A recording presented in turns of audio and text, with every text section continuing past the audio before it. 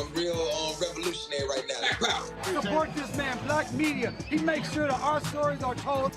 Thank you for being the voice of Black America, Roland. Stay black. I love y'all. All momentum we have now, we have to keep this going. The video looks phenomenal. See, there's a difference between Black Star Network and Black-owned media and something like CNN. You can't be Black-owned media and be scared. It's time to be smart. Bring your eyeballs home. You dig?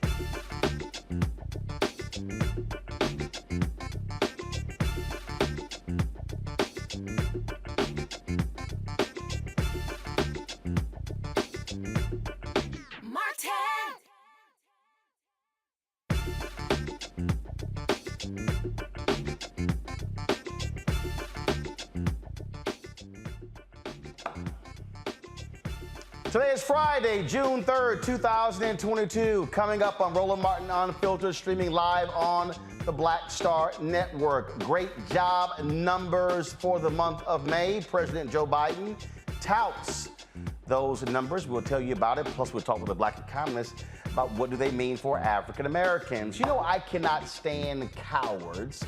And there is no party more cowardly than the Republican Party. How is it that a Republican representing a suburb in Buffalo chooses to support the ban on assault weapons after 10 black people are gunned down in a supermarket But because Republicans in New York are outraged by his position, he chooses not to run for re-election. I've got a few words about cowards like him. Phone lines are going to be open. You can share your thoughts with regards to gun control or any other topic on today's show, plus our Education Matters segment. It is time to bring the funk on Roland Martin Unfiltered on the Black Star Network. Let's go. He's got it. Whatever the miss, he's on it. Whatever it is, he's got the scoop, the fact, the find. And when it breaks, he's right on time and it's rolling. Best believe he's knowing. Putting it down from sports to news to politics. With entertainment just for kicks, he's rolling. It's on go, roll, roll, y'all. It's Roland Martin, yeah. Rolling with Roland now. He's funk, he's fresh, he's real, the best, you know he's Roland Martin now.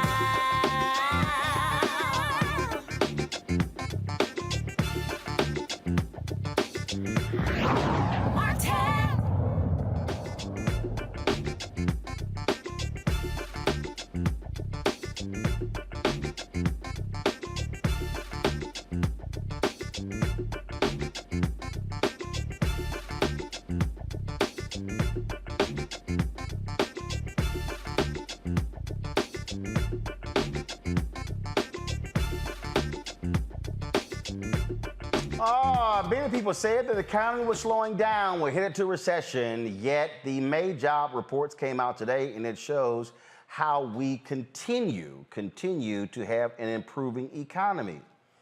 The tale of two stories. Unemployment rate has dropped to 3.6%. Of course, that is a drop from last month. In addition to that, 390,000 jobs were added in the month of May. We also see that the unemployment rate among Black and Hispanic women over 20 years old, although increased to 5.9% from 4.7% respectively, up from 5% and 3.8% in April. President Biden, of course, there for the weekend in Delaware, spoke about today's report this morning. The job market is the strongest it's been since just after World War II. We've got more evidence of that today. We learned that in May the economy 80,000 new jobs, bringing the total since I took office to 8.7 million new jobs, an all-time record. We learned that more Americans entered the labor force in May. In fact, working-age people have come back into the workforce at a faster rate in this recovery than at any point in the last 40 years. That means that the unemployment rate is near historic lows, and the number of Americans on unemployment benefits has gone from record highs to record lows, with millions of Americans moving up to better jobs with better pay. Dr. Patrick Mason, professor of economics at Florida State University, joins us right now. Doc, glad to have you on the show. So unpack these numbers for us in terms of the unemployment rate stayed the same, but obviously concerned about those numbers of Black and Latino women. But you hear people keep saying the economy is awful, things are so bad, but the jobs report showing something totally different. Yeah, I wouldn't say things are totally bad. In fact, compared to last year this time, they're better. Compared to 2 years ago, they're much, much better. I mean, the unemployment rate for African Americans about a year ago was 9%. So we're down to 6.2% today. Now, that's better, but it's still not where I would like to see the numbers, especially for African Americans. I mean, a 6% unemployment rate is a recession level number for white Americans. So I think we need to get the unemployment rate lower, and it's sort of bothersome to hear some discuss the issue of lowering inflation without worrying so much about what happens to unemployment. All right, let's talk about inflation because people keep bringing that up. And you got the critics, Republicans, who are saying the Biden administration is awful. They're the cause for inflation. Even you look at gas prices. But one of the things that happened was that last 2 years, Americans were not driving. We had a massive surplus of gasoline. So what happened? Folks stopped producing oil. Well, then all of a sudden, when it shifted, then there was a demand for gas. Now you have to ramp up production. So how in the hell can, then of course you got Russia invading Ukraine. That has an impact as well on the markets, correct? That is correct. You're doing a great, you'd be a great economist. Yeah, I mean, so people weren't driving as much. There was a lot of savings. A lot of the savings that people had from not driving, not spending. I mean, people were at home. So there's a huge amount of savings. A lot of that has gone into purchasing new houses. The home prices have gone up. People are starting to drive again, but as you say, production, you have the war going on, so gas prices shoot up. That's not unusual. I mean, gas prices go up and they come back down. And we've had these bottlenecks in the supply chain, which are still there. We import a lot of things from China, from other places that are still having economic problems. So it's difficult getting some things. I mean, I go to stores and a lot of things that I want to purchase. I want to purchase an item. I was told it wouldn't be available to November. But when you have those kinds of shortages, you have inflation. That's not the fault of the president. The better the job the administration does of getting people back to work, making sure that money is, in people's pockets. So you increase in demand, but you still have problems getting supply to grow as fast. But eventually that problem will work itself out. President Biden did speak about the inflation issue. This is what he said today, and I'll get your response when we come back. Today, I'd like to address the two additional elements of my plan to tackle inflation. One, bringing down the cost of everyday goods for families. And two, bringing down the federal deficit at the same time. Bringing down the cost, here's where we stand. The two challenges on the minds of most working families are prices at the pump and prices at the grocery store. Both of these challenges have been directly exacerbated by Putin's war in Ukraine. The price of gas is up $1.40 since the beginning of the year, when Putin began amassing troops at the Ukrainian border. This is a Putin price hike. Putin's war has raised the price of food because Ukraine and Russia are two of the world's major breadbaskets for wheat and corn, the basic product for so many foods around the world. Ukraine has 20 million tons of grain in storage right now, and it's been in storage since the last harvest. Normally, that would have already been exported into the world market. But because of Putin's invasion and blockade of the port on which they could take that grain out for the rest of the world, it's not. It's not. And look, I understand that families who are struggling probably don't care why the prices are up. They just want them to go down. Joe, what are you going to do to bring them down? But it's important that we understand the root of the problem so we can take steps to solve it. The administration is having problems getting that to break through. Frankly, I think it's weak messaging.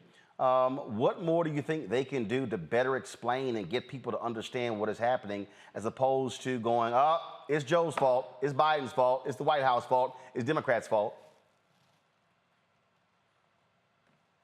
Yeah, well, you have to spend more time, as you say, getting out the message of exactly what causes inflation and which prices are going up most rapidly, who's hurt. Of course, inflation, for some people might make them slightly better off. If you have a student loan, the actual value of your debt has gone down. If you own a house, the value of your home has increased.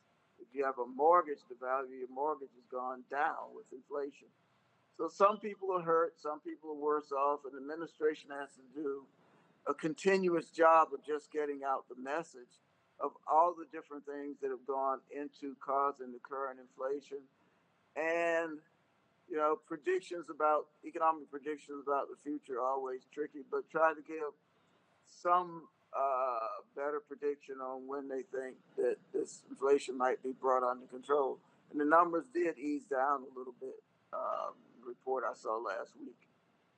All right, then. Well, again, I think that if you're someone who is looking for employment. The opportunities are there, and people just simply can't discount what happened over the last 2 years as if COVID had no impact on everything dealing with our world economy.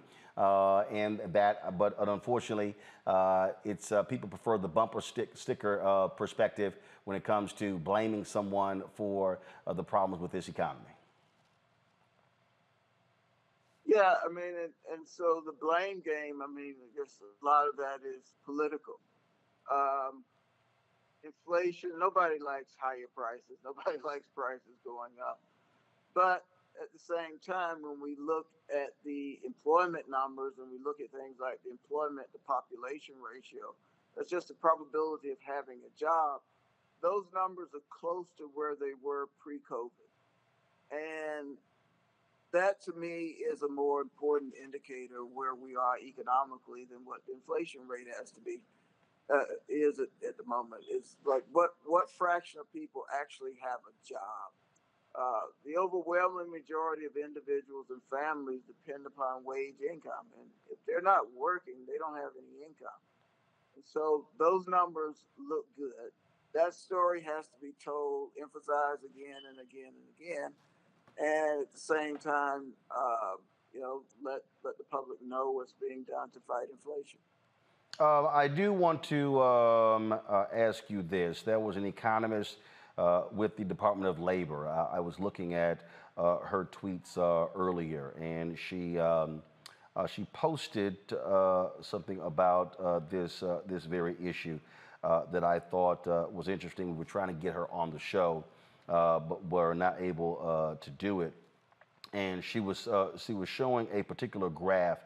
And so go ahead and pull that up, please, so I want to talk about that because she was talking about black male employment, and if you see that chart there, you see where you've had this growth with black male employment. Talk about that particular chart and what we have seen over the last several months. Okay, I can't see your. Okay, yeah, all right.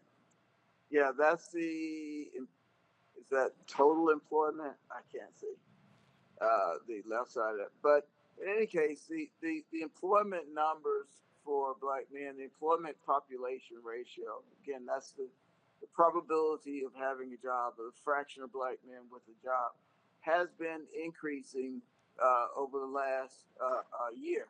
That is a very good thing because otherwise it creates enormous social problems, it creates economic problems, creates a lot of disillusionment.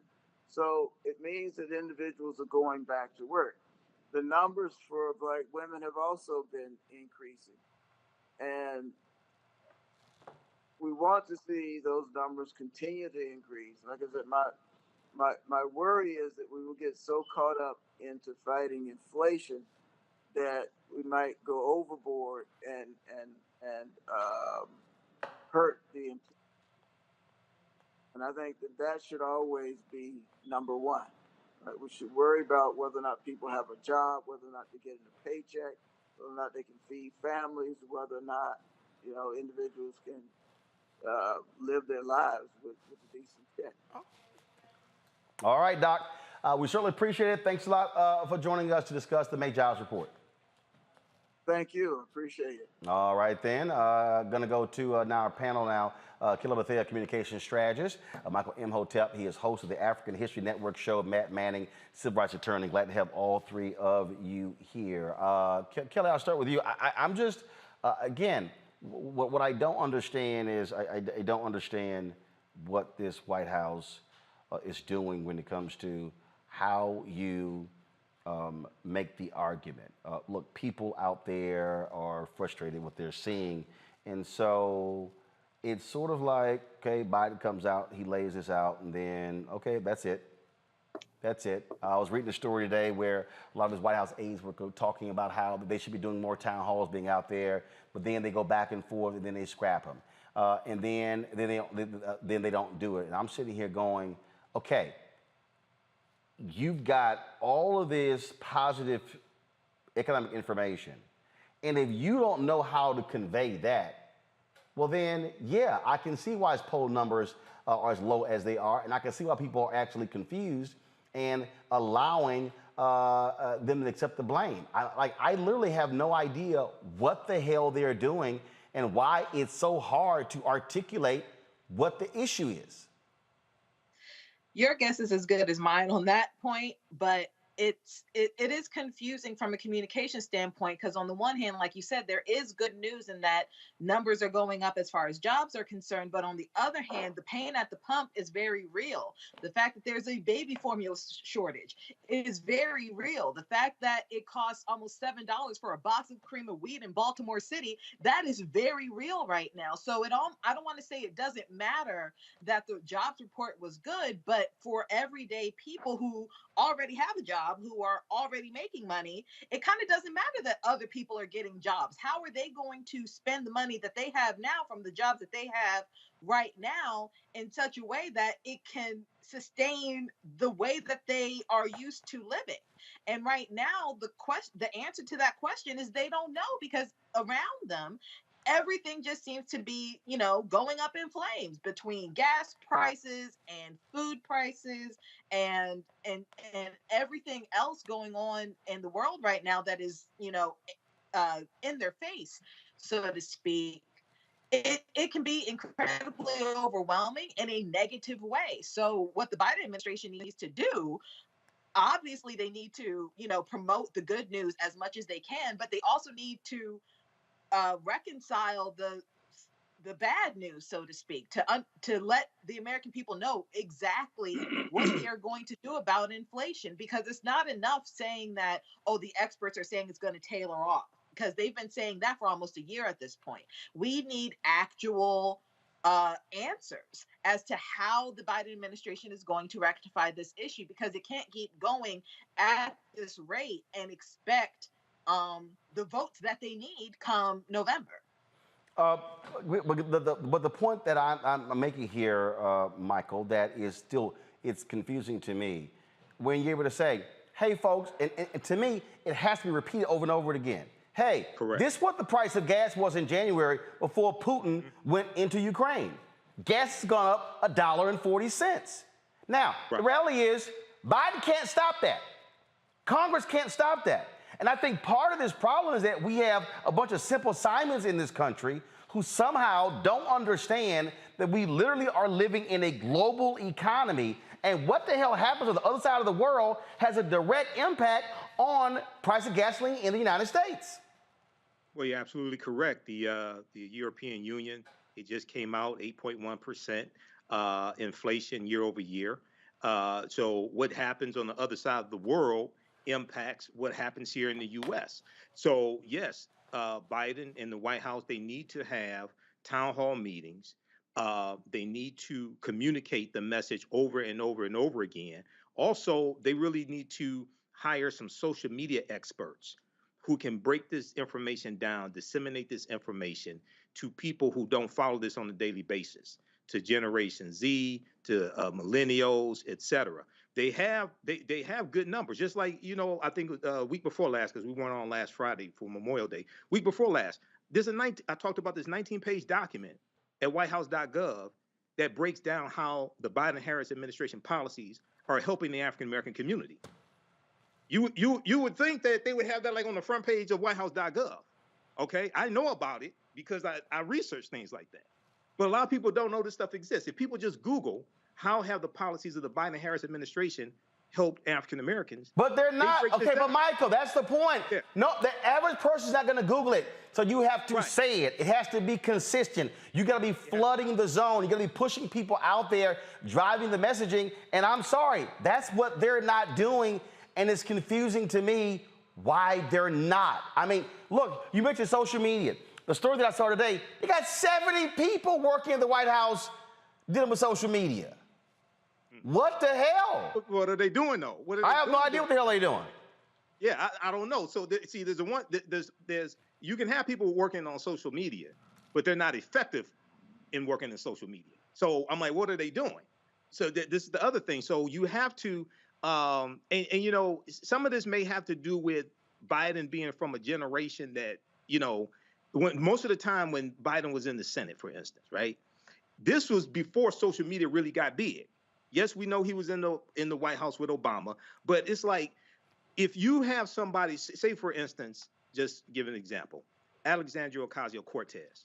She's much better with using social media to communicate with people than Biden is, all right, and the White House is. So they got to get it together. Otherwise, they're going to get killed in midterm elections. Now Republicans don't have plans to deal with inflation. Republicans don't have plans to deal with the baby formula shortage. We know a couple of weeks ago when the bill came up in the House of Representatives to address the baby formula shortage issue, 192 Republicans voted against the bill.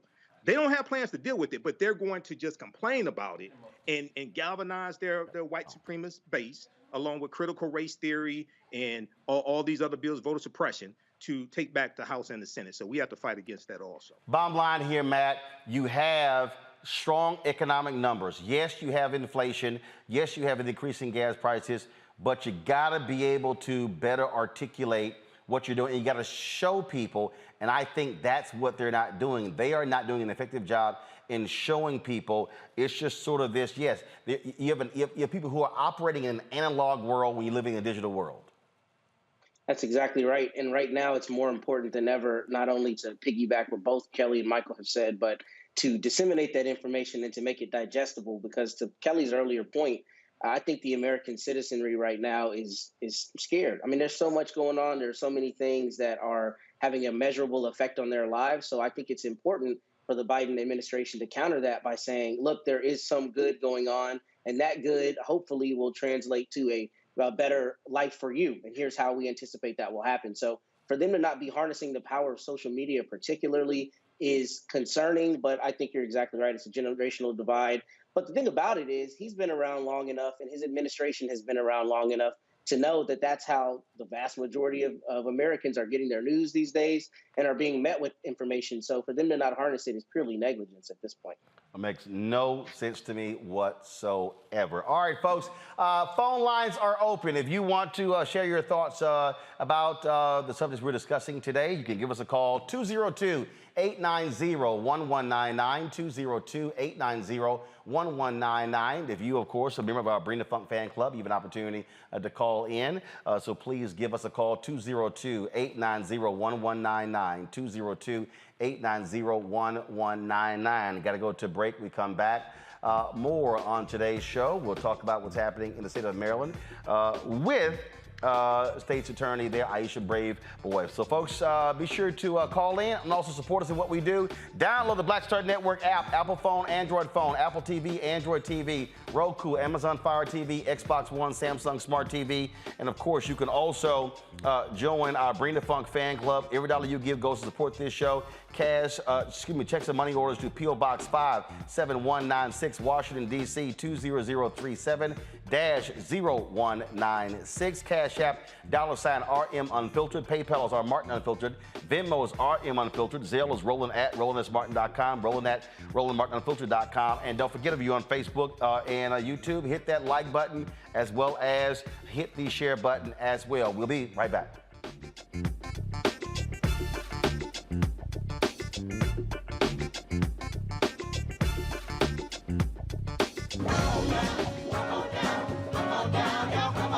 Welcome you to the launch of the Mass Poor People's Low Wage Assembly and Moral March on Washington, D.C., June 18, 2022. We are a new, unsettling force, and we are powerful. New, unsettling force, and we are here. We're rising up to demonstrate the compelling power that we, poor and low-income people, have to reconstruct society from the bottom up. And we need to do it with the loudest voices possible, the biggest actions possible. Because we know that there is no scarcity in this land. The only scarcity is the moral will to do what's right. Hold on, just a little while longer. We are those with sub-minimum wage jobs who can't afford sky-high rent. People with disabilities are the fastest growing minority group It's crazy to me that in 2021, it's still legal for workplaces to pay a sub-minimum wage to people with disabilities. There are still so much trial and tribulations that we go through as Indigenous people. We can't get a decent wage to sustain ourselves, nor can we get adequate housing. Veterans across this nation say enough is enough. We can't pat essential workers on the back on one day and then cut their health care the next day. Health is a political choice. What more do I need to do to prove that my voice is just as valuable as anyone else's? There are still forces in denial that would try to slow walk our transition to a clean economy and a just future for us all. We have an immoral system run by immoral people. But together we walk, and we fight. It's time for a change. Reconstruyamos esta gran nación. See, we are people of resilience as we fight these interlocking injustices together. When we work together, mobilize together, and rise together, we become a voice for the voiceless, and we become an agent of change in a time where great change is needed. We need the third Reconstruction to ensure that deaf people, people with disabilities, and all people can have the right to live and to thrive. We know what they are doing, but the question is, what are we going to do? Reconstruction begins when we change our mentality and say it's time for you to get your foot off of my neck.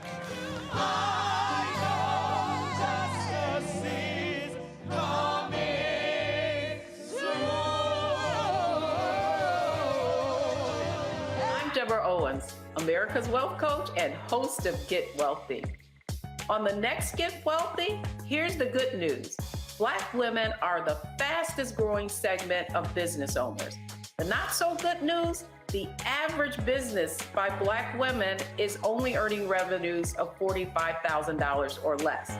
On the next Get Wealthy, you're gonna hear from a woman who went from her kitchen table to cat tables, growing her business to over $1 million. You should start a business because your product is needed in the world, not because you hate the person that you work with. If you hate your job and you hate your manager, go find a new job, a place that makes you feel comfortable. And I say that because starting a business is truly a labor of love and service. If you want to learn how to do it, right here on the next Get Wealthy, only on Black Star Network. On the next A Balanced Life with Dr. Jackie, we're talking all things mental health and how helping others can help you. We all have moments where we have struggles, and on this week's show, our guests demonstrate how helping others can also help you. Why you should never stop giving and serving others on the next A Balanced Life here on Black Star Network. It's Kim Whitley. Yo, what's up? This your boy Ice Cube. Hey, yo, Peace World. What's going on? It's the Love King of R&B, Raheem Devon, and you're watching Roland Martin, Unfiltered.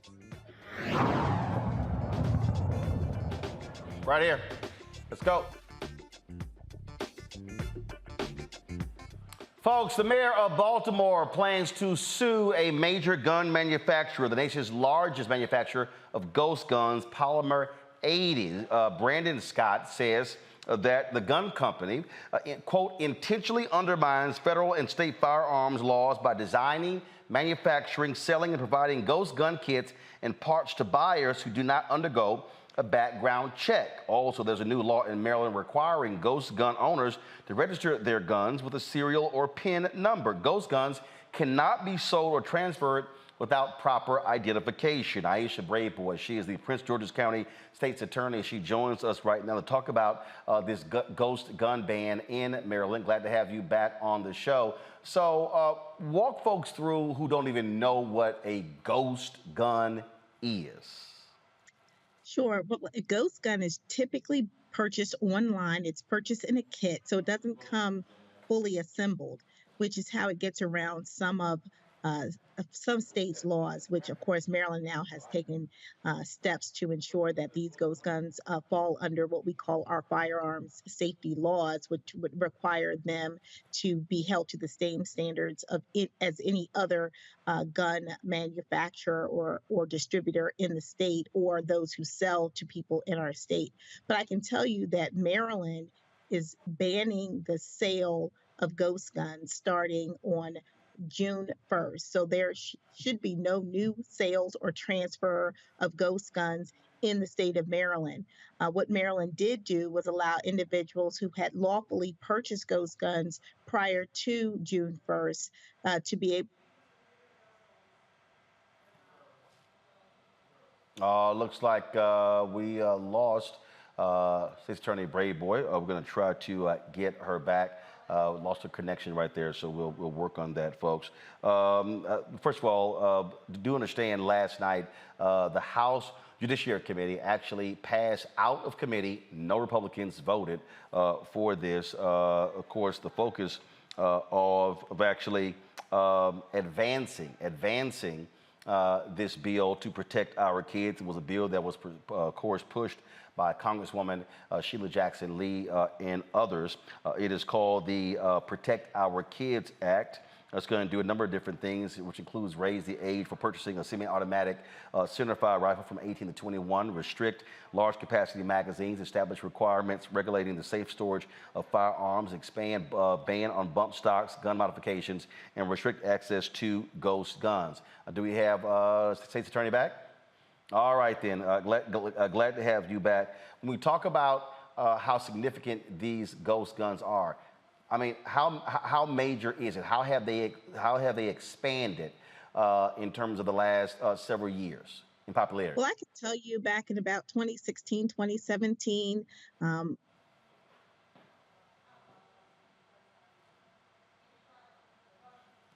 All right, so guys, do me this here. So her video is freezing. Get her on audio, please. Let's simply get her on audio so we actually can have her. Here's the deal, folks. I told you about the committee hearing that took place and how utterly crazy it was last night. When do we have her back? Okay, I think she's. Okay, do we have her back? Okay, go ahead and bring her up, please. Go ahead and bring her up. All right, we got you back. So talk about, again, how expansive, how this has changed significantly, these ghost guns. Sure. Back in 2016, 2017, there may have been a handful or less of ghost guns seized here in Prince George's County. By 2021, that number had risen to close to 300 ghost guns seized on the streets of Prince George's County. And that is the trend that we're seeing all across the state of Maryland. And that's why Maryland took the step to ban any new sale of ghost guns as of June 1st of this year. No new gun sale, ghost gun sales or transfers can take place in the state of Maryland. For those individuals who have purchased illegally ghost guns prior to that date, they will be able to get their guns serialized by March of 2023. If they don't, after March of 2023, those guns become illegal and they can be arrested and prosecuted. So this bill that was passed by the committee last night, it deals with the issue of ghost guns. But also, one of the things that President Biden talked about in his speech last night is that how Congress literally protects the gun manufacturers from being sued. I mean, that is just crazy that this one industry has the ability that they were able to get this passed where no one can sue them. Well, I can tell you here in the state of Maryland, the ban on the sale and transfer of ghost guns is not only for the people who might be acquiring them, it's for also the sellers. So if someone is trying to attempt to sell a ghost gun here in Maryland, we will go after them criminally. Your thoughts on, again, what is now the bill that's now going through Congress. You hear the president laid out last night his agenda, but that's going to take a lot of heavy lifting to convince folks to step up, because unfortunately, you're not seeing that from many of these Republicans. Well, let me tell you how critical this is. We had a young man here in Prince George's County and one in our neighboring jurisdiction in Montgomery County both who are underage in high school, who purchased ghost guns themselves and brought those weapons to school. One of them used the weapon to shoot another student. That happened in Montgomery County. In Prince George's County, fortunately, the young person did not know how to assemble the gun, so brought parts of the gun to school. So the reality is these manufacturers are selling to people who are underage and who would not otherwise be lawfully able to own or purchase a gun. These are common sense measures. To say that someone who should not own a gun can't purchase your gun kit makes a lot of sense. And it is really a travesty that our Congress can't get it together to protect lives and protect people really from themselves, because a lot of these folks have no idea the tragedy that they can cause by the use of these guns, or they don't fully understand the issues related to gun ownership, and they are not responsible gun owners, clearly, because they're taking them to places like schools, which they should not be doing.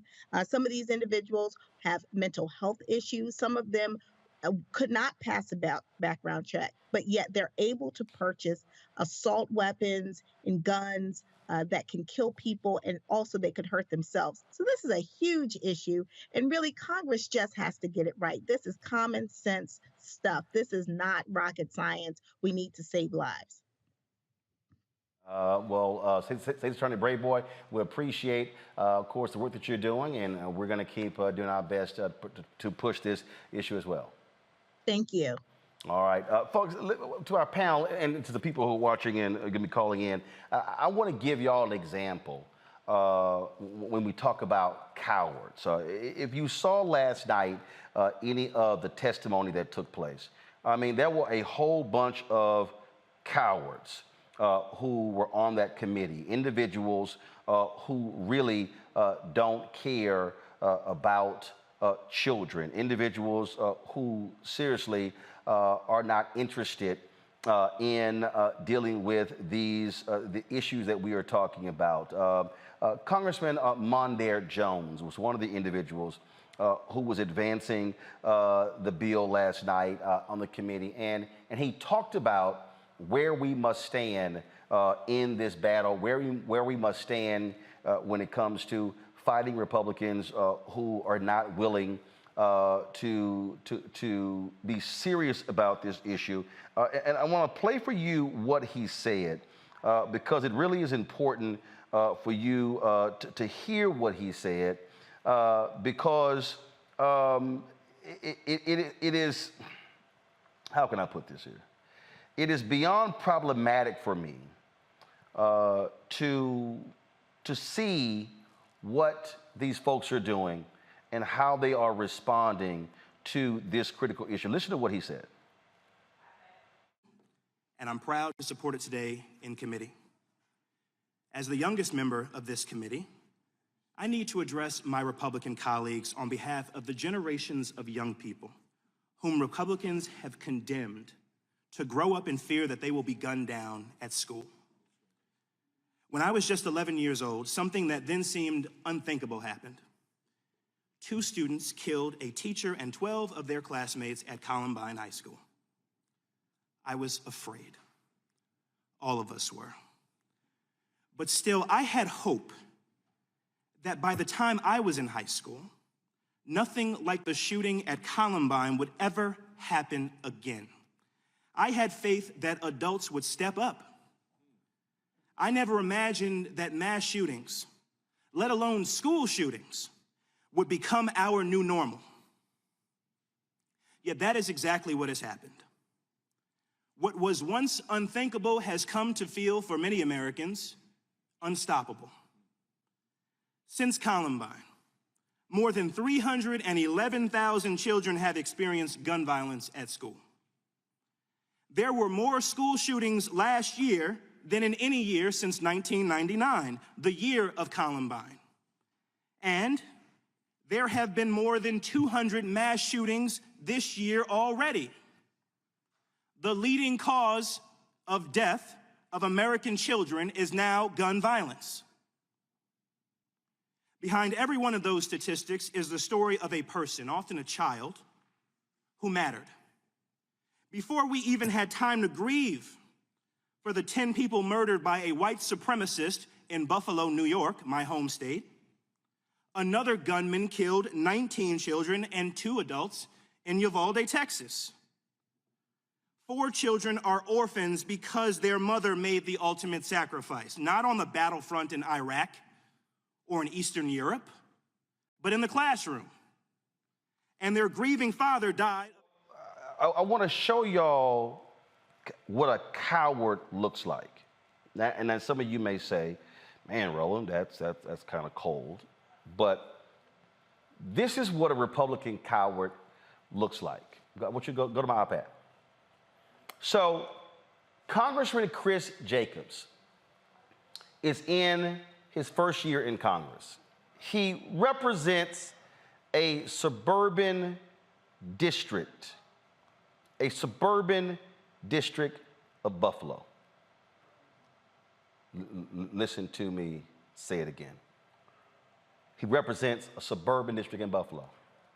After the 10 black people you see right here, after these people were gunned down in the Tops grocery store, this Republican, go back to the New York Times story, Congressman Chris Jacobs, he decided to come out in support of a federal ban on assault weapons and the limit of high-capacity magazines. This is what he said. I can't in good conscience sit back and say I didn't try to do something.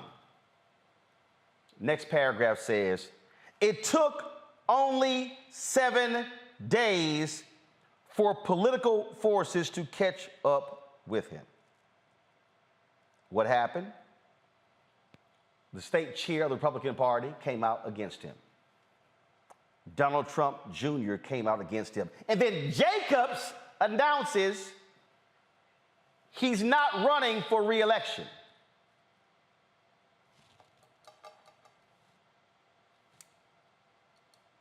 He's not running for re-election.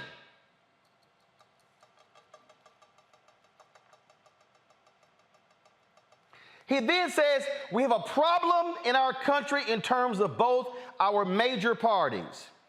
If you stray from a party position, you are annihilated.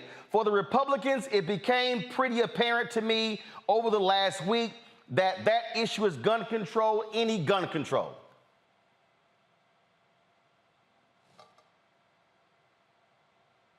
It's 7 days earlier.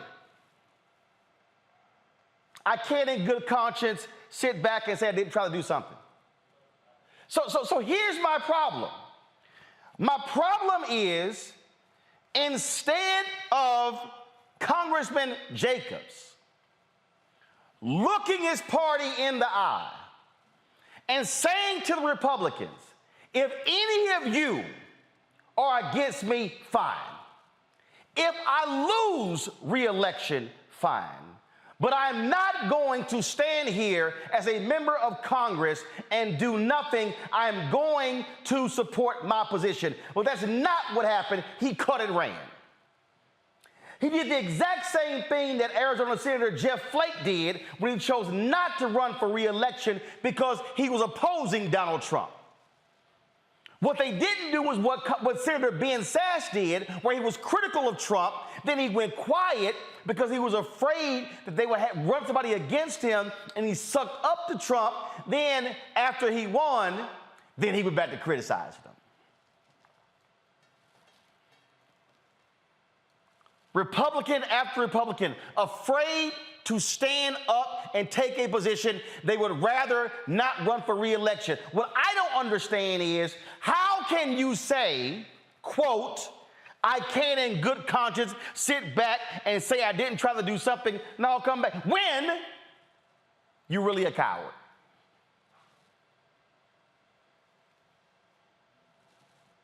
You don't have any conscience. You don't have any principles. You don't have any morals and values. You're afraid.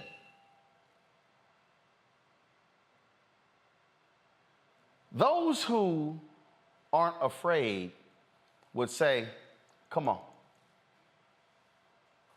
Those who aren't afraid would say, y'all want to run against me? Bring it. I would rather go down swinging than cut and run. And that's the fundamental problem you have. Now, let me tell y'all something. It's a whole bunch of progressives out there who are upset because Speaker of the House Nancy Pelosi and Whip Congressman Jim Clyburn and others traveled to Texas to support Congressman Henry Cuellar in his primary. And Henry Cuellar was running against a progressive, I believe her name was Jessica Cisneros, and she lost to him narrowly twice before, and he barely beat her in the primary. I think it may have come down to a couple of hundred votes.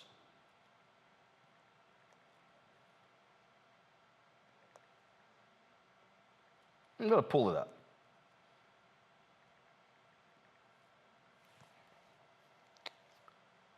We're talking about a few hundred votes.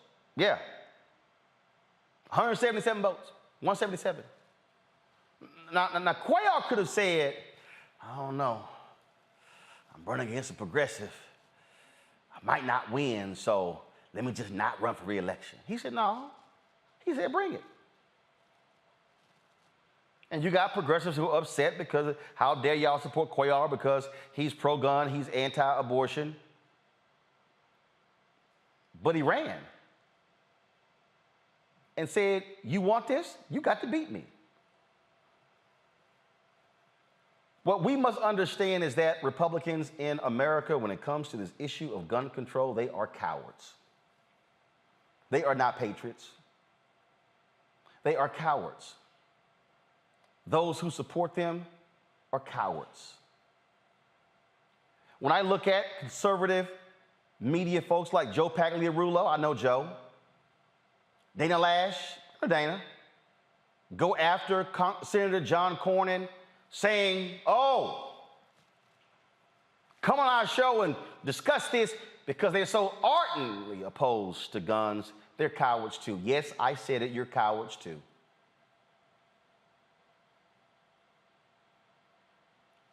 I don't know who that fool was in Congress who said, oh, he supported the AR-15s because he had a problem with raccoons attacking his chickens. If your ass need an AR-15 to shoot a damn raccoon, your ass should move. If you need an AR-15 to shoot a raccoon, you suck as a marksman.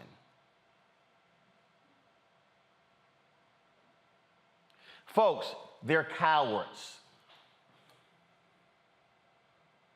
They don't care about any of these children.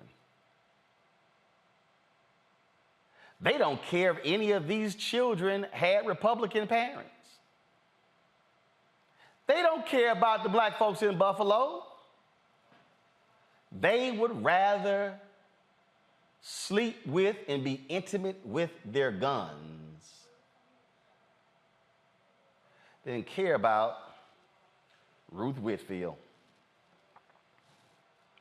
Aaron Salter Jr., former cop. They don't give a damn about Pearl Young. They don't care that Roberta Drury, what she was doing in her community. Celestine Chaney, they don't care about her. They don't care that Hayward Patterson was a deacon. Don't mean nothing to them. Andre McNeil, they're like, whatever. They don't care that Catherine Cat Massey was an activist. Nope. Geraldine Chapman Talley, they're like, whatever. Marcus Morrison, whatever. They don't care about none of these black people. But if we replace the images of all these black people with a 9mm and an AR-15 and a whole host of guns, oh, they would have an orgasmic moment. Because that's all they care about. They are cowards. And Matt, When you are facing a coward, you have got to understand that a coward with no conscience and no principles and no morals and no values, their thoughts and prayers mean nothing, which means you are going to have to go aggressively against them, because these are the same Republicans who love talking about cops. But most people don't even realize that most police unions oppose these weapons being on the streets. Yep. Matt, go ahead. I just think, Roland, that this should be what revolutions are made of. I think Steve Kerr said it perfectly. I mean, the fact that there are 500 people in Washington, D.C. that have all the power and are choosing not to exercise that power, a small subset of them, is what should undergird a revolution, if we're being honest. I mean, it's absurd that 3 hours west of me, 19 children and 2 teachers died in the most horrible, tragic way. And Republicans are still coming out and parroting these talking points and talking about, if you notice, all the dog whistling, talking about law-abiding citizens and trying to accuse Democrats of co-opting this moment. We should all be offended. If you're a person who has any moral values and you're on the right side of the aisle, you should be incensed that your Republican senators and House members are finding a way to make this about anything other than protecting kids. And part of the problem is not only cowardice, it's consequences. They're making a political bet that they're not going to have any consequences when it comes time for the midterm. And we talk about it on this show all the time, voting, and that's the way to keep people accountable. But I don't know what needs to be done beyond that, because the fact that we as a country cannot come together and say, we gave you those jobs for you to be able to act in precisely this position, and you're telling us not only you're not going to act, but that you're going to continue a cozy relationship with the people whose products are responsible for this. I mean, I don't know what can be done beyond taking a stronger stance than just saying it's voting. I mean, it has to be something more than that, because you shouldn't be able to co-opt an entire country's safety. At the very least, government should exist to keep its citizens safe. And it cannot do that. And not only can it not do that, they are flatly refusing to take any measurable step to do that. That should be cause for revolution. Here's what I find to be just ridiculous, Kelly. In this New York Times story, Congressman Jacobs, citing the thousands of gun permits he had issued as Erie County clerk, Mr. Jacobs emphasized that he was a supporter of the Second Amendment and said he wanted, this is the one. Come on, go to my iPad. And said he wanted to avoid the brutal intra-party fight that would have been inevitable had he stayed in a race. How in the hell can you be afraid of an intra-party fight when they are dead? How? So I'm sorry, so you missed the Second Amendment. In fact, the week before, he was endorsed by the NRA. He comes from one of Buffalo's richest families. And you scared? How your ass scared, but you want to embrace a gun? I thought y'all tough with the guns. Cowards. We are facing gun-waving, gun-toting cowards, Kelly. There's no other word for them except coward at this point. Their entire being is cowardly. But you're asking how he can be afraid of intra-fighting, so to speak. It's because they don't know how to fight outside of being right behind a gun. And for me, it's not so much a Second Amendment thing so much as it is cowardice, because there has to be a happy medium between making sure that people can exercise their Second Amendment right, and the other side being everybody else exercising their right to live. You know what I mean? Like, it's not the two can coexist, especially when you look at the history of the Second Amendment being that it was never meant to go this far.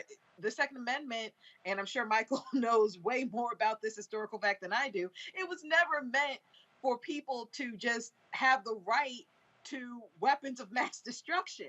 It was so that you can reinforce the right to defend yourself against enemies, foreign and domestic.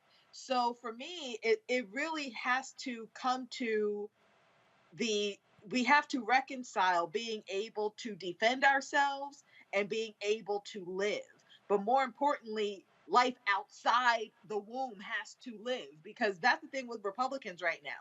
You're pro-life so long as the child, meaning the conglomerate of blood and skin cells, because it's not viable outside the womb. You're more worried about something that is inside my body than the 19 children outside my body who just died a week ago, because an 18-year-old was able to buy a weapon of mass destruction without a background check, without any type of screening, without any type of protocol or process. He was just able to buy it. And as a result, we have a generation of children gone. We don't know what they could have become because we don't have the correct structure for the Second Amendment to be exercised as healthily as possible. And the people, the powers that be who can do something about it refuse to, because a private institution has them by the balls. It is absolutely ridiculous. Michael, again, for people who need to understand, what is going on here, this is what we're up against. And I mean, and here's what's really bothering me. So last night, President Biden gives this primetime address, and when it's over, he takes Air Force One to Delaware. Today, I didn't see the flooding of the zone. I didn't see administration officials, all of the morning shows, the midday shows. The emails that I got today were offering us up a couple of people to talk about blacks in the economy. I appreciate that. Congress is back in session on Monday. Where's the full court press? Is this administration going to be pushing their people to Sunday shows? So you gave a address last night. How are you building national momentum? The polling numbers are in your favor. 2 tragedies in the last month. Last night, 2 people gunned down in an Iowa church parking lot. Shooter turns the gun on himself. Brother is being buried in Wisconsin, shooting at the funeral. 5 shot. Grandmother killed at a graduation at Xavier University. All of that in the past 3 weeks, and administration gave a speech, we're good. No! It has to be constant, constant, constant. Call your member of Congress. Send them an email. Put the pressure on them. Call moms and dads to D.C. to come in the halls of Congress. That is what is required to make change happen. And for this weak, impotent, pathetic, sorry excuse of a Republican from the suburbs of Buffalo, you actually had the audacity and the unmitigated gall. I wanted to avoid an intra-party fight. Coward. That's Congressman Jacobs, Michael.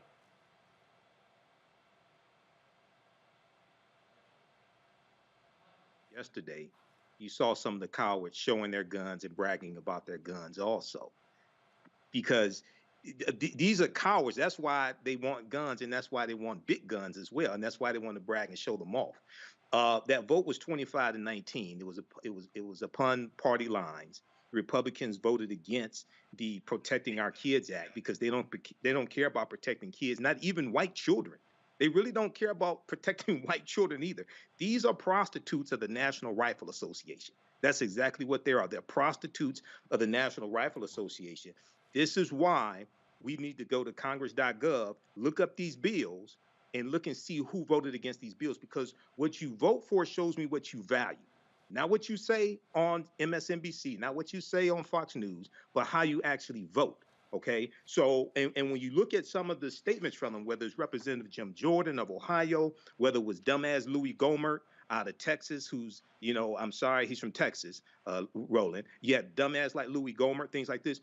Republicans, generally speaking, are not even offering reasonable bills to address this issue. Louis Gohmert wanted to blame Democrats in cities that had high crime rates and gun shootings and things like this. He said, oh, those are all cities controlled by Democrats, okay? He didn't want to deal with the fact that, well, like in Chicago's in the state of Illinois, state of Illinois.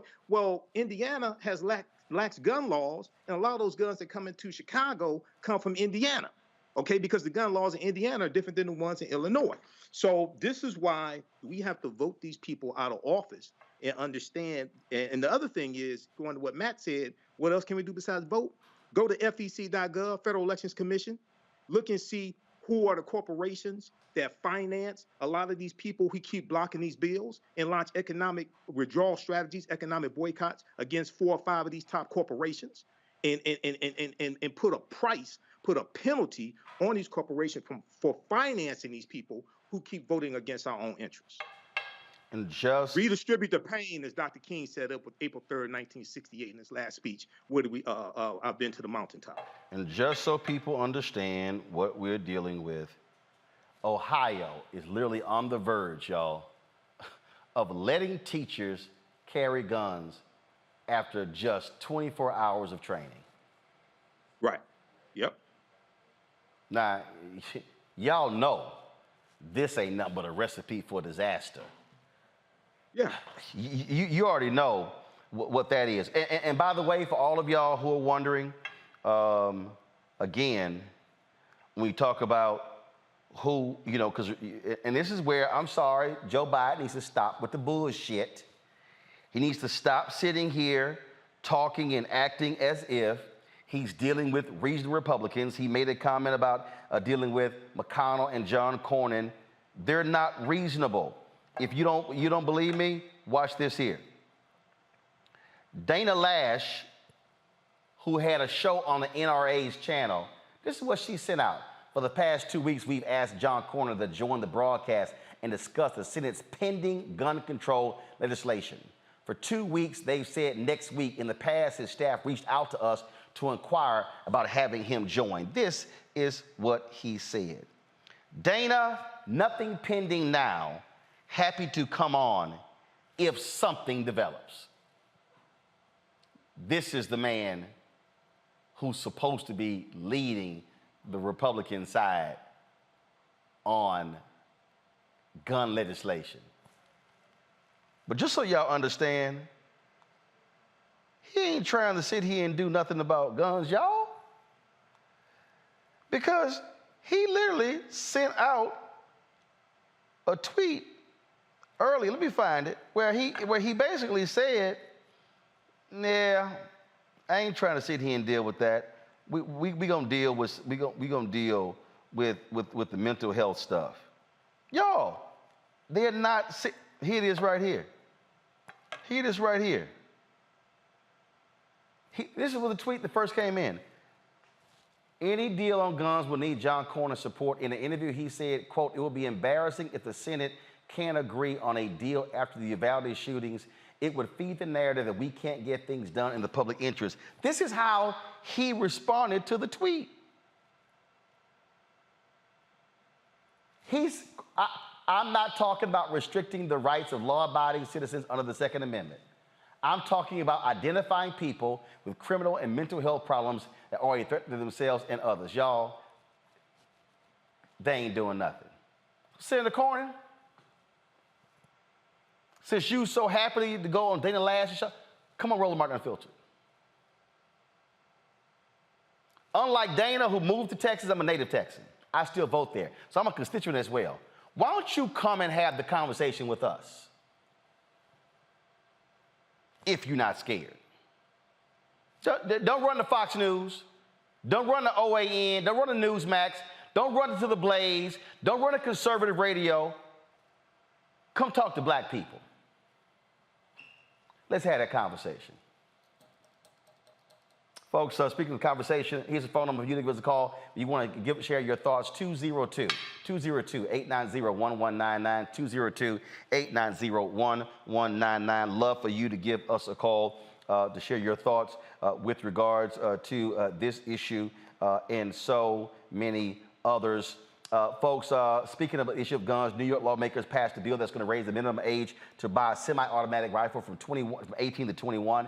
It also includes measures allowing law enforcement to seize guns for people who could be an extreme risk to themselves or others. It awaits the signature of Governor Kathy Hochul. Also, folks, more people are laid to rest in Uvalde, who was shot and killed, of course, in that tragic accident there. Just, again, so sad that we still are having to bury people because we have cowards in state legislatures and Congress who do not want to actually deal with the issue of guns in this country. And so, folks, it's just one after another, but you need leaders. You need leaders to step up. You need leaders to do something, and that's what we're hoping actually gets done. And so, yeah, these, pull them up, please. These two young ladies here, laid to rest. Pull it up, please. Laid to rest, y'all. Won't be able to go to middle school, high school, graduate, no college, none of that, because they were gunned down in a classroom. We also know that based upon a Texas state senator, the police chief of the Uvalde district arrived on the scene, folks, without his police radio. He is the commander on the scene with no radio to communicate with other cops.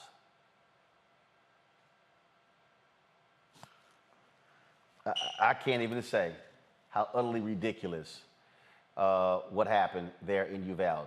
A complete failure by law enforcement. Gotta go to break. You're watching Roland Martin Unfiltered on the Black Star Network. Dr. Greg Carr, and coming up on The Next Black Table, we're speaking with Dr. Lucius T. Outlaw Jr., master teacher and philosopher.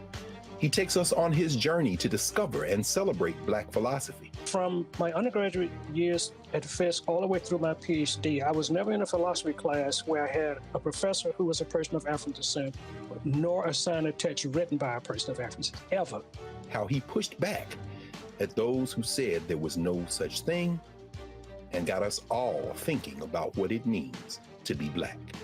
That's on The Next Black Table, exclusively on the Black Star Network.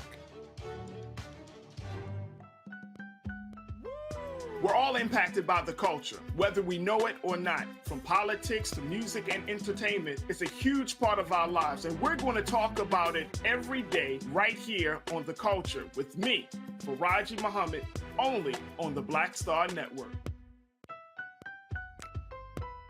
I'm Deborah Owens, America's Wealth Coach and host of Get Wealthy. On the next Get Wealthy, here's the good news. Black women are the fastest growing segment of business owners. The not so good news, the average business by Black women is only earning revenues of $45,000 or less. On the next Get Wealthy, you're gonna hear from a woman who went from her kitchen table to cap tables, growing her business to over $1 million.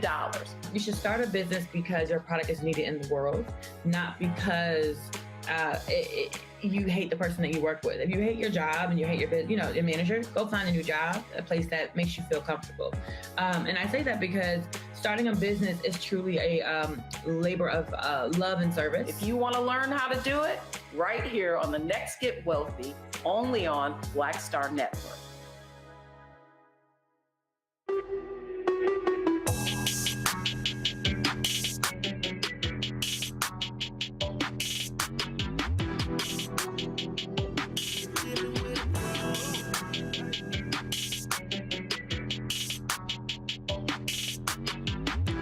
Hey fam, Patrol Grooming is a men's grooming company that delivers on this promise every day to men everywhere. And that is everything we do, every product we make is designed to help you present your best self. Now we all know we want to look clean and look good. It's a promise Patrol Grooming has kept since 1991 when they first introduced the Bump Patrol brand, the #1 men's product for a smooth, bump-free shave and silky skin. Now, millions of customers count on Patrol Grooming's exceptional skin care products, which can be found at more than 30,000 retail stores in more than 50 countries around the world. Folks, Patrol Grooming can assist you in being as clean as possible. Now you can have exceptional beard and skin care products that are as unique as you are. So fellas, as we are heading out for the summer and folks are going to Essence Festival and Cincinnati Music Festival and other events, it's time for us to get our groove back and let's lose the unkempt look. Visit patrolgrooming.com to order a Patrol Grooming box and use this discount code, #Rollin30, #Rollin30 for a 30% discount at the checkout. And we certainly appreciate Patrol Grooming being a partner with us here at Roland Martin Unfiltered and the Black Star Network. You know, he brought his own sound. So when you have an artist that creates his own sound, like Earth, Wind & Fire, Stevie, they come in, the Beatles, they create their own sound. He kept reinventing himself. He wasn't afraid to change instrumentations or not use drums or not use bass or use the Lynn machine or use real drums or use, pots and pans. It didn't matter. It's just like he wasn't afraid to, the sound was different every time he did an album, completely different, And the things that he wrote about, it was things that he felt he needed to speak about. So a lot of honesty, whether he would admit to it or not, there was a lot of honesty and a lot of things that were real to him. When he gave, I think for me, he is my favorite, my #1 favorite guitar player in the world. He was. He played with, and especially I loved me playing drums with him, he and I playing together. When I played drums, it was a whole nother thing. And I just think that he reached people in a way as an artist that he reached you because he was, again, honest in a way that he said it a million times, but he wasn't trying to write the next Purple Rain. That was already what it was. Right. I can write that. That was that one time thing, right. But it's never going to happen again. So why would I write that again? Then it's not special anymore.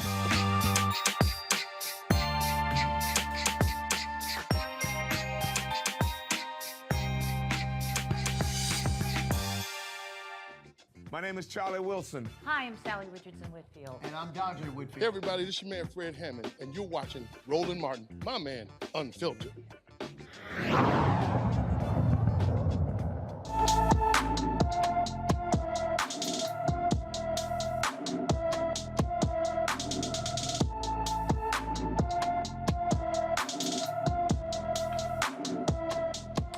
Kamora Bowie has been missing since yesterday from Gaithersburg, Maryland. The 15-year-old is 5 feet 3 inches tall, weighs 140 pounds, with black hair and brown eyes. Kamora was last seen wearing a Hollister hoodie, a red t-shirt, jeans, white Air Force sneakers with beads, and carrying a tan tote bag. Anyone with information on Kimora Bowie should call the Montgomery County, Maryland Police Department at 301-279-8000, 301-279-8000. All right, y'all, time for us to go to the phone lines. Folks have been saying, man, bring the phone calls back. I was like, all right, we're going to do that, so let's get ready. Mark Peters, you're on Roland Martin Unfiltered. What's your comment, your question?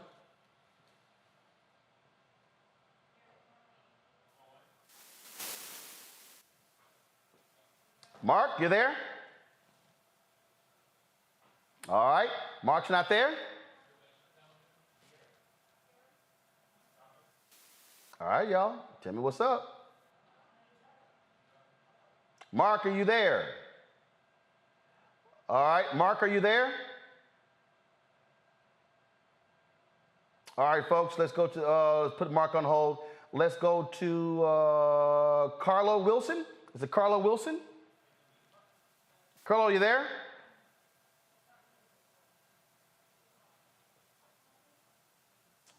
All right, y'all tell me what's up with the audio, please. So we're gonna get that fixed. Y'all let me know where we are with the audio so I can go to the callers there, so we can go and take their phone calls. And so let's get that audio straight.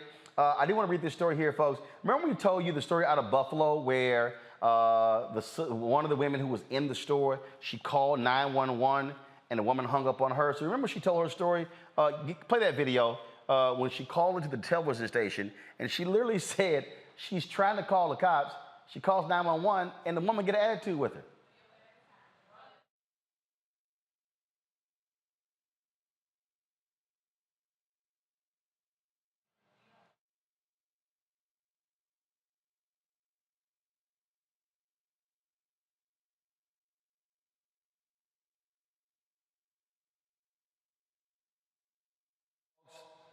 The 911 dispatcher, she's been fired. Remember, she was put on leave. The woman who was in the store, Letitia Rogers, said that she was grossly disrespected by this woman when she called 911, and the woman hung up on her. That's right, the dispatcher was again fired. Thursday, Erie County Police Service oversees the 911 center for the state terminated that employee said that she simply had to go. That's a perfect example. It's too late to play the video, y'all, because you didn't have it ready. Here's the whole deal here, Michael. She should have been fired. She should have been fired. I mean, how do you hang up on somebody who's in a store in a mass shooting?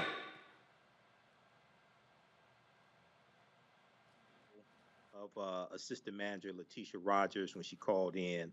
I read statements. I heard the audio of her talking about calling. I heard it when she called into the TV news station. And I also read statements that she made as well. And it seemed like an insensitivity from the dispatcher based upon everything that I read. Letitia did say that she dropped the phone. She was probably nervous or something like that. And she picked the phone back up and the dispatcher was gone. So she assumed the dispatcher had hung up. But yeah, you know, with Buffalo, you know, there was some things very, very wrong with Buffalo. And then when we go look at some of these things, we see signs leading up to the attack, but then we see how people calling for help. It's just like the children in Uvalde who were calling for help from the police, and you had 19 officers out in the federal officers actually out in the hallway, and they were being told to stand down from we know it was the public school police force who was in charge, but they're told to stand down, okay? And there was a discrepancy over whether it was an active shooter or a barricaded gunman. We just see mistake after mistake after mistake in some of these instances. Now, some instances are handled better than others, but Buffalo and Uvalde, we see some mistakes here. I don't understand how in the hell, if you in Buffalo, you call 911 and hang up on you, and then when you in Uvalde, Matt, they call 911, kids are calling, and nobody tells the person on the scene, hey, kids are calling us from the room. Mm-hmm. I think both this dispatcher and these officers all need to be prosecuted. I don't think there's anything that can happen short of that. That should happen short of that. especially as much as we hear, all of these accolades trumpeted for first responders all the time. Their express job is to run into danger because your average citizen doesn't have the training for that. So if you're standing outside and somebody's holed up in the school, shooting and killing kids, once we find out that you did not run into danger, everybody should be prosecuted, period. That's dereliction of duty at its basic, at its finest. And for this lady to hang up on somebody who's calling and to take her to task to say, why are you whispering? It's absurd. So I'm hoping that there are actual criminal prosecutions, whether it be under New York and Texas state law or the Department of Justice or whomever, because that's the only way that this should be handled. Frankly, there's absolutely no excuse. And as much as we give law enforcement deference and as much as we give them weapons and all of these things, if they're not going to do the job that they are there to do, then they need to be held accountable when it counts the most. And Kelly, it's amazing how these folks have just run from, because they were just praising law enforcement. Ooh, they real quiet now. Yep. The Ready to connect. Click connect to show now. Is the accountability or lack thereof is just absolutely it's disheartening and disappointing. But more importantly, it's unacceptable. It's interesting how, especially in the Uvalde case, how the first reports that were coming out, at least the ones that Governor of Texas was talking about, how a Border Patrol officer went in and got the person and all these things and made it sound like some Wild Wild West Western, and it sounded like like hero went in and saved the day, only to find out that ironically 19 children died, but 19 officers were outside the door listening to 19 children die, and now all of a sudden no one has anything to say about that. Anybody who is in this line of work, similar to what Matt was saying, if you are in this line of work and you can't handle it, then you just need to quit, because the stakes are way too high right now. Whether or not there's a mass shooter, just as far as public safety is concerned in this country, between gun laws being lax and summer's on its way, which is, historically where you see an uptick in mass shootings, we cannot afford any cowards on the front lines.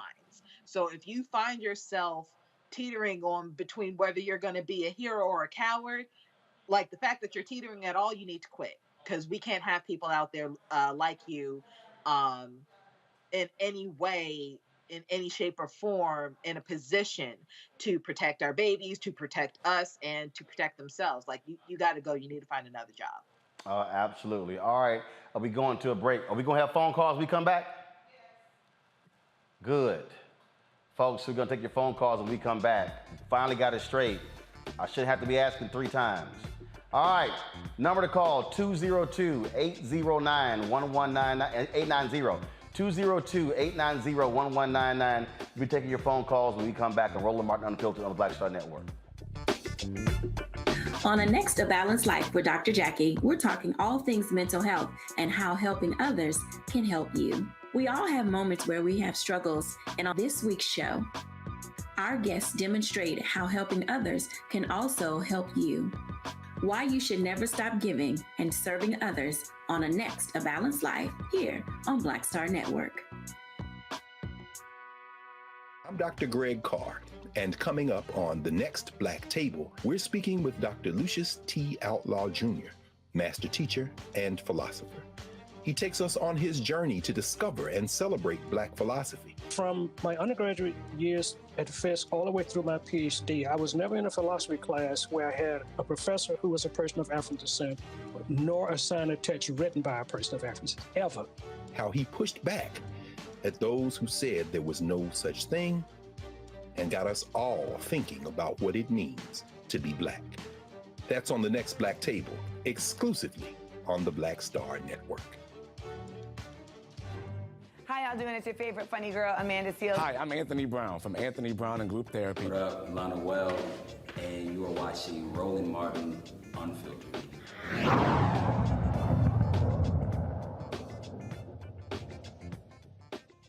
All right, to the phone lines, DeCarlo, you're on Roland Martin Unfiltered on the Black Star Network. What's your question or comment? Roland, just had a couple quick questions. I'm wondering, like, with what's going on with us and the ethnic hatred towards us, why is it that black people are so averted from getting any kind of weapons to protect themselves? I mean, if they realize that the police aren't going to do it, but yet I don't hear a lot of black people advocating for people to get protection first. And then secondly, I'm wondering when you're going to talk about this situation that, with this retired federal officer up in Buffalo, New York, that was actually talking to the person, that animal that shot those people in Buffalo, and then afterwards, 30 minutes before, and then he had also recommended the guns for this man. Because one, the second question, that has not been verified. That's that second part. Now, we see reports that we was possibly discussing that it's not been verified. And so I don't report stuff until it's been verified. That's first. On the second point, Matt, why don't you take that particular issue and that question of black people getting guns? Again, if you look at a lot of these mass shootings, you can have guns, but if you're happening in school, that gun ain't helping you. Matt, go ahead. Well, I'm not talking about it in school. I'm not talking about it in school, though. I'm talking about why is it like for residential, for, personal, because those are the things that are going to protect us. Because remember, just like you had mentioned earlier with Tulsa, they had weapons to fight back, because if they didn't, it would have been even worse. So I don't understand why we as black people aren't telling our black people, look, get a permit, get yourself something and be able to protect yourself. Well, here's the deal. There are people who are doing that. You have seen a great increase in black gun clubs over the last number of years. Those things are happening. Me personally, I have no interest in guns. Never. A gun was never in our house. So no. I'm just simply explaining to you. For me, but Matt, go ahead and take that because you saw you want to comment on that. I was just going to say I'm glad somebody asked this question, because Rob Williams was advocating for this in the 1960s, telling black people to go get guns before he defected to Cuba because he became, a political pariah and people were out to get him. I mean, the point is there's precedent for that. And there are a lot of people who would say that. In fact, a friend of mine from college has a booming business in Virginia where he teaches people how to not only arm themselves, but how to properly use weapons. So there are black people that are doing that. Now, I think the corollary question to that is what's going to be the societal response? And we already know the answer. If black people in droves start arming themselves, I guarantee you gun control will come much faster, and it will be much more robust when you have, a large percentage of black people arming themselves. But to answer your question, there are a lot of people who already say that and who are already proponents for that. But what I do want, if people are going to be out there and they're going to be getting guns, please, what cannot happen is what we saw the other day, where a black woman was passing her purse across somebody, gun goes off, and shoots someone there. Folks have got to, if you're going to go get guns, take classes, have gun safety, have locks in your homes that require your fingerprint or a code to actually get your gun. I know there was a prominent black photographer in Detroit. Her now deceased husband, he was a big time UAW official, was cleaning his gun. Guess what? Gun fires, hits her. She almost got killed. So if people are going to get guns, practice gun safety, because the stories of children and adults being killed by people mishandling guns or thinking that no bullets are in them. So here's the deal: if you're gonna do it, be safe in doing it. That's what you got to do. But I appreciate you saying that, but I wanted to say one last thing. Remember this. In 1680, they had the enslavement code. But before they put that in place, the first thing they did is they said you couldn't have a weapon. Before they took away any kind of rights, the first thing they said for black people is you can't have a weapon. And the weapons back then were for hunting. That was to sustain yourself. So always remember, have a weapon, because at some time they may come for it, and you want to make sure that you have something. If that's what you desire. I appreciate it. Thank you so very much for your phone call. Let's go to Frank. Frank from Chicago. Hey, Frank, how you doing? You're on Roland Martin Unfiltered. Hey, brother Roland, how you doing? I'm from West Side of Chicago. All right. So I ain't from the suburbs. And I heard your show. I listen every day. Hey, brother Roland, you know what I'm saying? I'm not even waste my time saying how great we are. Grateful for you and all your panels. But listen, if Joe Biden don't stop, I love the speech he gave yesterday. I was with it, and I'm glad he started pointing out the Republicans are blocking and they are do nothing. Roosevelt had the same problem. But what he did, he let the people know on a consistent basis that you got to get rid of this do-nothing Congress, okay? And they came out and gave him a clean sweep. Joe Biden got to stop being as weak as Jimmy Carter and start being as strong as President Roosevelt and get the turnout, from here to election time, and get rid of these do-nothing Republicans out of these seats. He also needs to point out the Democrats, the two that are blocking us from going around the Republicans. I would love to have heard him do that. So my point, my question with you, Roland, you know what I'm saying, out of great respect, is the way you rolled Nancy Pelosi, and I stopped donating her behalf, but I didn't heard her right. Until you go on Roland Martin show, I'm not donating no more on your behalf, Ms. Pelosi. I still love you, but I donate annually and regularly every month. But what about Joe Biden himself, Roland, and Brother Roland, and Kamala Harris? Because the stuff you laying out is great what you now, and you be spot on, but how good is our messages getting to the top? Okay, President Obama went on, he did interviews on shows, okay? You having a hard time getting Joe Biden, just riding him, or Kamala Harris to come on your show, Roland, so we can talk to them, because is our message good enough to reach these people, to reach the top? Yeah, Kelly, I think he makes, first of all, thanks for your phone call. I appreciate it. Kelly, he makes a great point. The story that I read earlier today, it was quite interesting, Kelly, because it said that, Biden had done a couple of interviews with digital creators in the last 2 months. In 2 months? Might want to do a little bit more than that.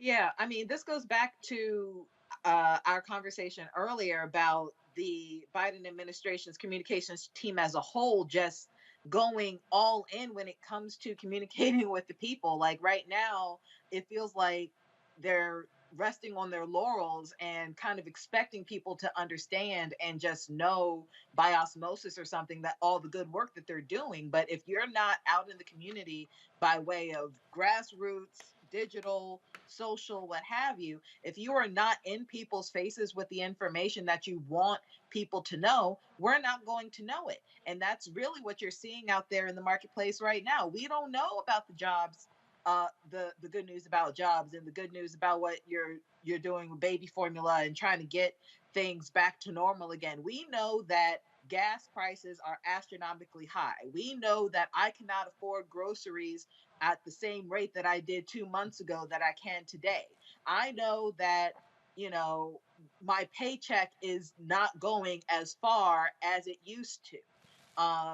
And there's no recourse for that from the Biden administration. At least that's what it's looking like in their communication scheme, right? So until they fix that, it is going to be a tough road to November as far as getting people, galvanizing people to the polls to make sure that this administration not only stays in, but they have the help that they need via Congress, because that's really the election base that we're worried about right now. We need a higher majority in both the Senate and the House in order to get anything done. Otherwise, we're going to keep having this issue until there's another president or another major crisis that will polarize the country yet again. All right, folks, let's go to Buffalo. Marty Davis is calling from Buffalo, New York. Marty, you're on Roland Martin Unfiltered. Good evening, Roland. I just wanted to give you a perspective from a person that lives on the east side of Buffalo, from about a mile from where the shooting happened, and I wanted to give you some updates. First and foremost, thank you for the breakdown about the charges of Peyton Grandin. John Flynn came out yesterday. He was arraigned in court, and John Flynn came out yesterday, and he explained everything that he did, and you were 100% on the nose. He said that one first-degree murder charge could have stuck for all of the shootings, but out of respect and dignity for each individual person, he named them all on the arraignment. So that's the first thing. So that was a good thing. Also, with the Chris Jacobs situation, you are 100% right with that. And now there's talk of Carl Palladino taking his seat, and he's Buffalo's version of Donald Trump. Yep. They're besties. So he said some awful stuff about the Obamas when they were in office and had to resign or step down from running for governor. So that's a real poo-poo show. And the third thing I wanted to say to you, too, was on May 25th, because I reinstated my subscription to the Buffalo News with the digital version, what hurt my heart and struck me was, for the first time in my life, I saw laid out on the newspaper in the digital form, not just scrolling through with the articles, we had Uvalde and the funeral, a write-up about laying Celestine Chaney to rest. And then they talked about how Tops, even though, the shooting happened and how the East Side is struggling, the whole front page was about the two mass shootings. I've never seen them overlap in my life. That just broke me into pieces. So when I went to Twitter that day, every time a Republican tried to, Joe Biden energy crisis, I hurried up and tweeted that front page to them. They didn't say a word. There you go. And that's how we have to respond every single time. Yeah. Marty, we appreciate it. It's been a while since I've been in Buffalo, but certainly give my thoughts and prayers to all the folks there in Buffalo. Thank you very much. And also, we've been trying, and just so you know, Marty, we have been trying for the last 2.5, 3 weeks to get your mayor on the show. We've been texting and emailing his communications director. He is not, Carol, has he responded one time? He has not responded one time.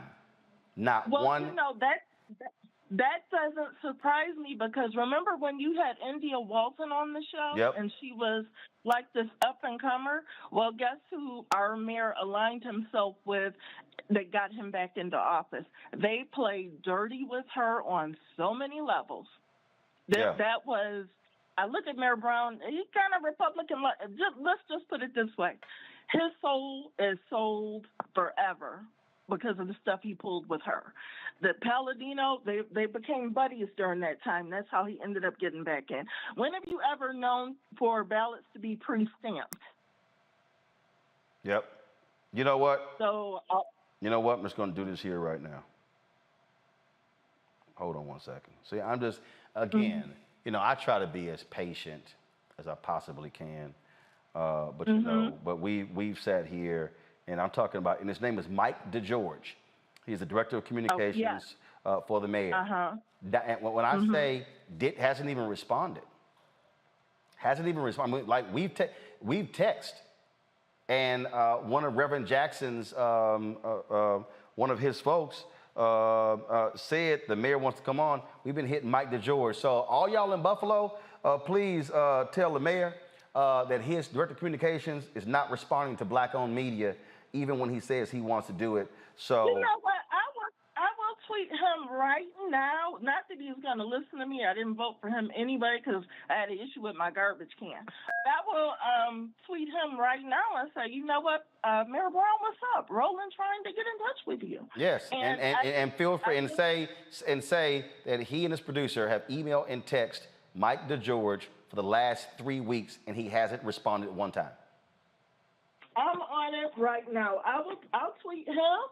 I'll tweet you, and I'll tweet Mike DeGeorge and say, what's up? Sounds good. Black media wants to talk. Black media wants to talk to Buffalo. I appreciate it.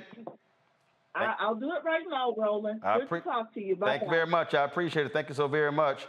Let's see here. Thank you so very much. Hey, YouTube, y'all gotta be doing better. Hit the doggone like button, okay? We got 705. We should easily be at 1,000. I shouldn't be having to ask y'all to do this here. So by the time I finish this next caller, damn it, we should be over 1,000. Don't let me have to start cussing. Jay, how you doing? You on Roland Martin Unfiltered? Hey, Roland, great to be on. Great to hear you. I've been watching you since you was on TV One, and I'm thankful for the pandemic in this way that I was able to get back with you with your channel here, and I'm glad to be on. Appreciate it, Doc. What's your comment? A couple things. the first thing is I'm a former Marine, and there's procedures and things that you follow in certain situations. That incident commander in Uvalde, he just needs to step down. I don't know as far as about prosecution, but definitely stepping down. The situation in Buffalo with the 911 call dispatcher definitely should have been fired as soon as they heard that. It should have been no suspension or administrative leave, whatever they call that. So those are the things. Now, as far as everybody getting guns, that's point number two. I don't know about everybody getting guns. I do. I have guns myself, but it's for self-defense. And I think if you lean that way, you should do that. But I don't think everybody should get guns. There should definitely be some type of training in getting guns. And I don't think that AR-15s and things like that should be something that everybody should definitely get. As once again, I'm from a Marine.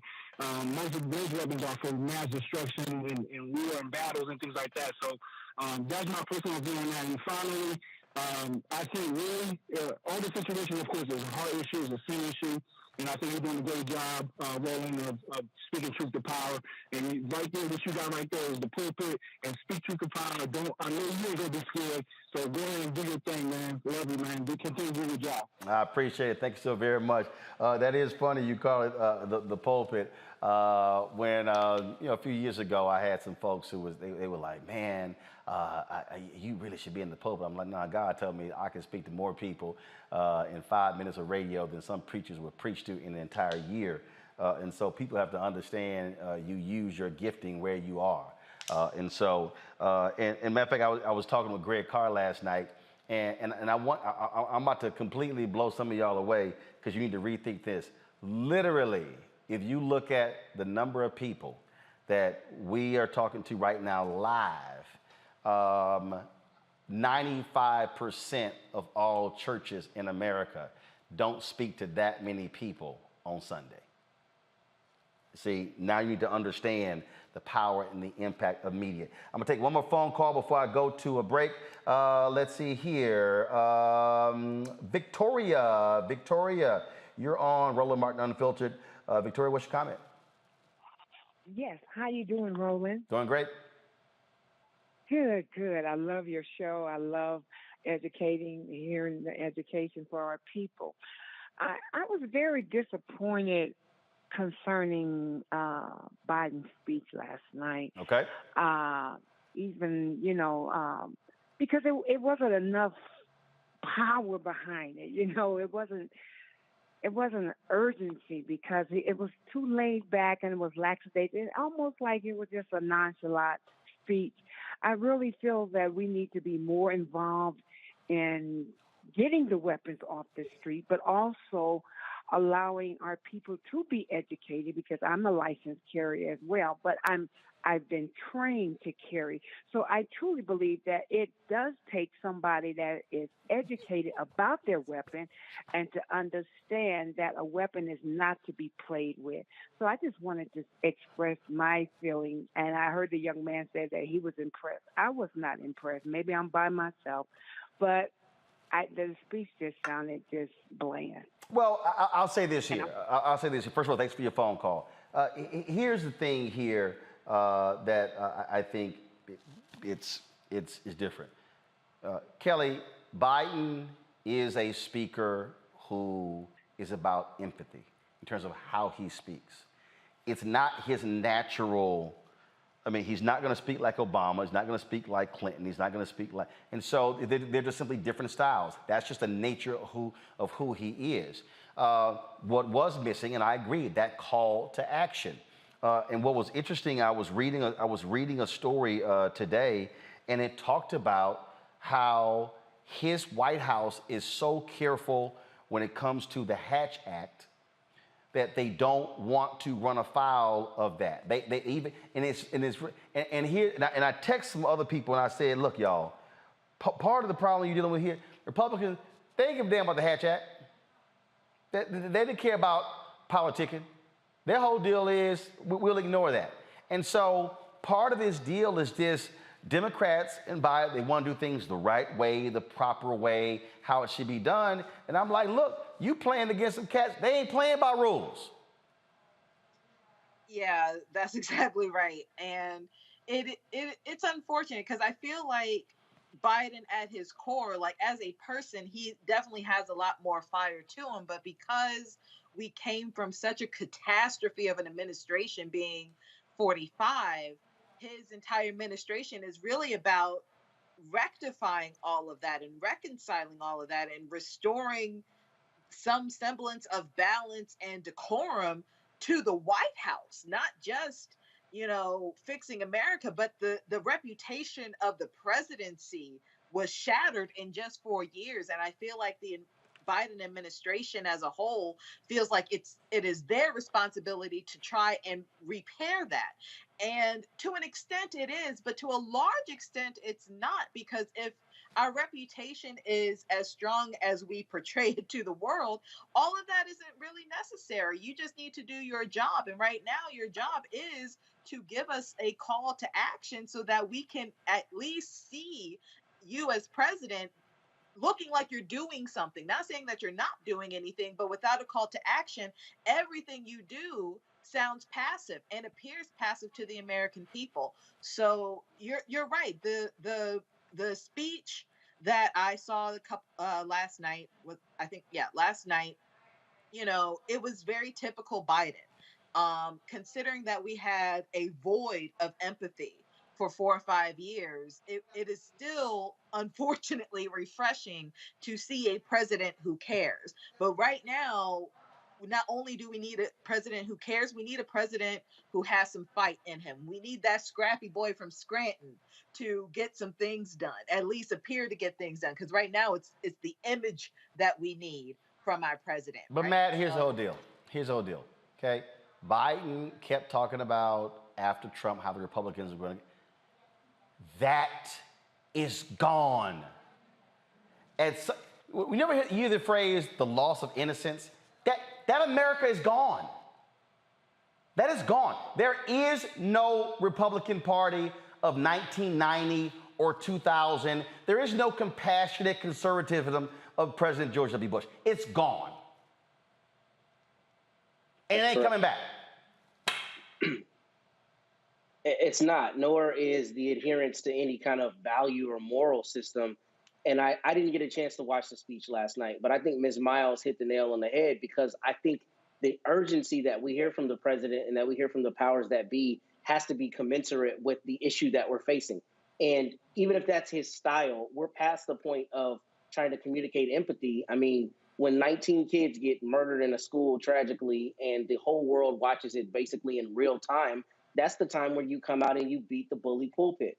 So, we're at the point where we can't have the niceties anymore. And I know he was a senator for a million years in an erstwhile age, but in the current day, you need fire and brimstone, because that's what we're facing. We're facing a public health crisis where our impotent Congress, to use your word, is not doing anything and is telling us they're not going to do anything, at least a good portion of them.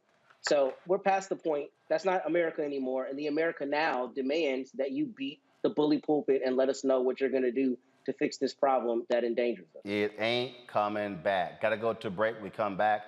Education Matters segment. We'll still take more of your phone calls on the flip side as well. And so we're going to get to those. You're watching Roland Martin Unfiltered on the Black Star Network. Don't forget to download the Black Star Network app on all labeled platforms. We want to hit 50,000 downloads. Apple phone, Android phone, Apple TV, Android TV, Roku, Amazon Fire TV, Xbox One, Samsung Smart TV.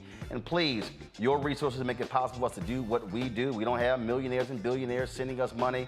And so trust me, we survive on those $1, $5, $10, $20, $50 y'all send in, and we appreciate every single dollar in doing so. Send a check or money order to P.O. Box 57196, Washington, D.C. 20037-0196. Cash App is $RM Unfiltered. PayPal is R Martin Unfiltered. Venmo is RM Unfiltered. Zelle is Roland at RolandSMartin.com. Roland at RolandMartinUnfiltered.com. We'll be right back. On A Next A Balanced Life with Dr. Jackie, we're talking all things mental health and how helping others can help you. We all have moments where we have struggles, and on this week's show, our guests demonstrate how helping others can also help you. why you should never stop giving and serving others on Next, A Balanced Life here on Black Star Network.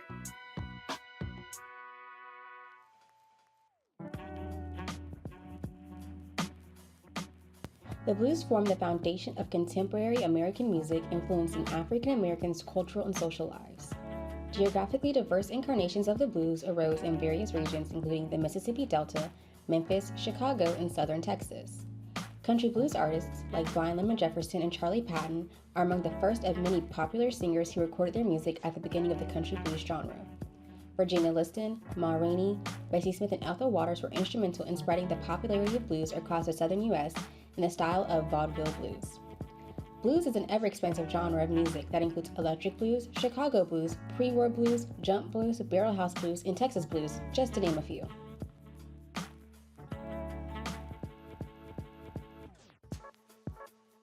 Hey, I'm Donnie Simpson. What's up? I'm Lance Gross, and you're watching Roland Martin Unfiltered.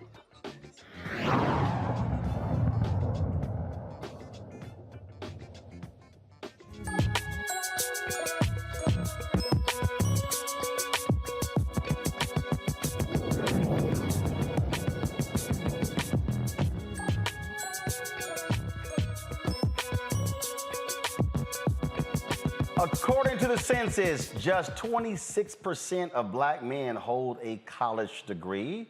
My next guest, they want to actually change that. The group is called AMEN, the African American Male Education Network. They want to develop young men to ensure they're successful while attending California's community colleges. Dr. Edward Bush is the co-founder of AMEN. He joins me from Portland, Oregon. Doc, glad to have you here. First of all, how long has AMEN been around, and how many young men have gone through your program? It's great to be on your show, Roland. Man, much respect to the work that you are doing. AMEN has been in existence to 2006. And we're really more than a program, right? We touch students at a variety of levels. So since our inception, we have touched thousands of African-American men who are navigating the California community college system on their way to going directly into the workforce or transferring to a four-year university. And so what exactly is your program? And so is it a summer program? Is it all year round? So just explain exactly what is it? Yeah, great question. So we operate at three levels around a really simple idea of accountability and support. So on that first level, as college administrators who have ascended to a variety of levels of influence within the California community college system, the first thing we do is to hold ourselves accountable that in our various roles, that we make sure that we operate within the best interests of African-American students, faculty, administrators, and classified professionals. At the second level, we hold institutions, the colleges themselves, the system itself accountable to do right by African-American males, right? So we look at their data, we do professional development, we hold trainings for other community college presidents to make sure that the system that wrap around African-American men, whether or not they are engaged in our program or not, are able to walk onto that college campus and to feel the necessary support in order for them to be successful. Then at the third level, for the students in which our program touch, we hold them to be accountable and then provide support. We hold them to be accountable to be excellent when they show up inside of the classroom, to make sure that they are ready and prepared to learn in spite of the conditions that surround them that perhaps suggest that they should not even be on a college campus. So with that, we do conferences that average over 1,000 students. I don't know if you recall, Roland, I think around 2015, you were one of our speakers and you joined Angela Rye on stage. Oh, yeah. Our conferences, if you recall that, we run a mentorship program where we touch hundreds of students that are paired up with African-American males in the community college system. And we have what's called our student charters, AMEN student charters, that exist at 26 institutions across the state. I'm happy to report that the governor included us in the state budget for $1.1 million to increase the number of charters from 26 to 50 throughout the California community college system. And our charters average 30 students in each of our 26 charters. Also, we have a study abroad program. We take an average of 10 students every year free of charge to the continent of Africa. This July, we're taking a group of students to Kenya and Tanzania. So we operate with the express, unapologetic intention of increasing outcomes for African American students. And we do whatever we can through our scholarship and our work to make sure that that happens. Yeah, that was actually 2018, because I was actually working on MLK 50. And folks in my office kind of messed up and got the dates screwed up. That wasn't going to go in all of that. No, I got it. It's all good. But people need to understand there's accountability. That person don't work for me anymore. And so, but I'm always trying to explain to folk why you got to handle your business. Therefore, you may have no business. You talked about, again, how we reach folks. Just a couple of weeks ago, I was at Clemson University for their Men of Color National Summit. And this was, I think this is the second time I've been there. The brother who created that program, he used to be in Akron. And I was there. Now he's gone to the University of Louisville, and he said, don't be surprised if I call you again. And this particular conference, I actually titled my speech, Just Us, and I built it around the new song of Pastor William Murphy. And what I said to them, gathered there, and folks, if y'all missed it, just go to our YouTube channel, go to Black Star Network. You don't want to miss what I had to say in this 45-minute speech. And what I said is, hey, ain't no Calvary coming to save us. No. And so it's just us. It's going to take Black men, Latino men, it's going to take men of color to actually deal with this, because the reality is this here. Black women are meeting. They're gathering. They're raising money. They're supporting. They're going to community colleges. They're going to four-year institutions. They're not waiting on anybody else. And so programs like this are critically important for Black men to say, we have to be the ones to reach other Black men. Absolutely, Ronald. You talk about program, but you're also really talking about a type of leadership approach or mindset that Black men have to have. So the 16 board members of a men got together, really fundamentally asking the question, if not us, then who? If not now, then when? And so we make sure that we push each other to be in position to best support Black men in our institution. And we can't expect anyone else to do it unless we're willing to do it ourselves. So we show up to this work unapologetically, right? That Black men who are in position of influence and power to make a difference for other Black people has to be the norm and not the exception. And that if we're not taking up that mantra, or if we're not doing that work, then we don't need to be in those positions in the first place. We say this all the time, that in our positions, we're not there based on our own merit. We are there because someone paid the price, someone made the sacrifice. And the only thing that they want in return for that sacrifice is to make the situations and circumstances better for their babies and grandbabies and great-grandbabies. And the men is committed to doing that personally as board members. Then from there, the work gets manifested or it emanates from that spirit of making sure that we repay that debt, starting with us holding ourselves accountable. Then we're able to place a level of expectation of excellence for every young man that we come in contact with. And Roland, these young men are thriving. Many of our students come to us formerly incarcerated, absent of having a high school degree, earning their GEDs while enrolled in community college, given the support and mentorship, someone telling them that they can be excellent and expect that for them. Our students are transferring to UCLA, Berkeley. We have a student that just graduated for the Harvard Divinity School with honors, with his master's degree, right? These are the stories that are happening based on our work that we need people to hear, not to shine light on the men, but for folks to know what is possible when Black men step up to this responsibility and say, I got you. Questions from our panel. Michael, I'll start with you. All right. Well, look, Dr. Bush, this is great what you're doing, man. I really appreciate this. So I just had two quick questions. One, I've done a lot of work with community colleges in the past. What are some of the majors or certificate programs that are very popular with your students in this program? And then also, what role does African history, African American history, play in trying to combat the negative stereotypical images that a lot of African American teenagers and young adults have that are projected to us by the media? How do you combat that as well? Okay. California community colleges are open access institution. The California Community College is the largest system of post-secondary education in the nation at 1.8 million students. Pre-pandemic, it was 2.1 million students. And so with the fact that it's open access, students come to us for a lot of different educational goals.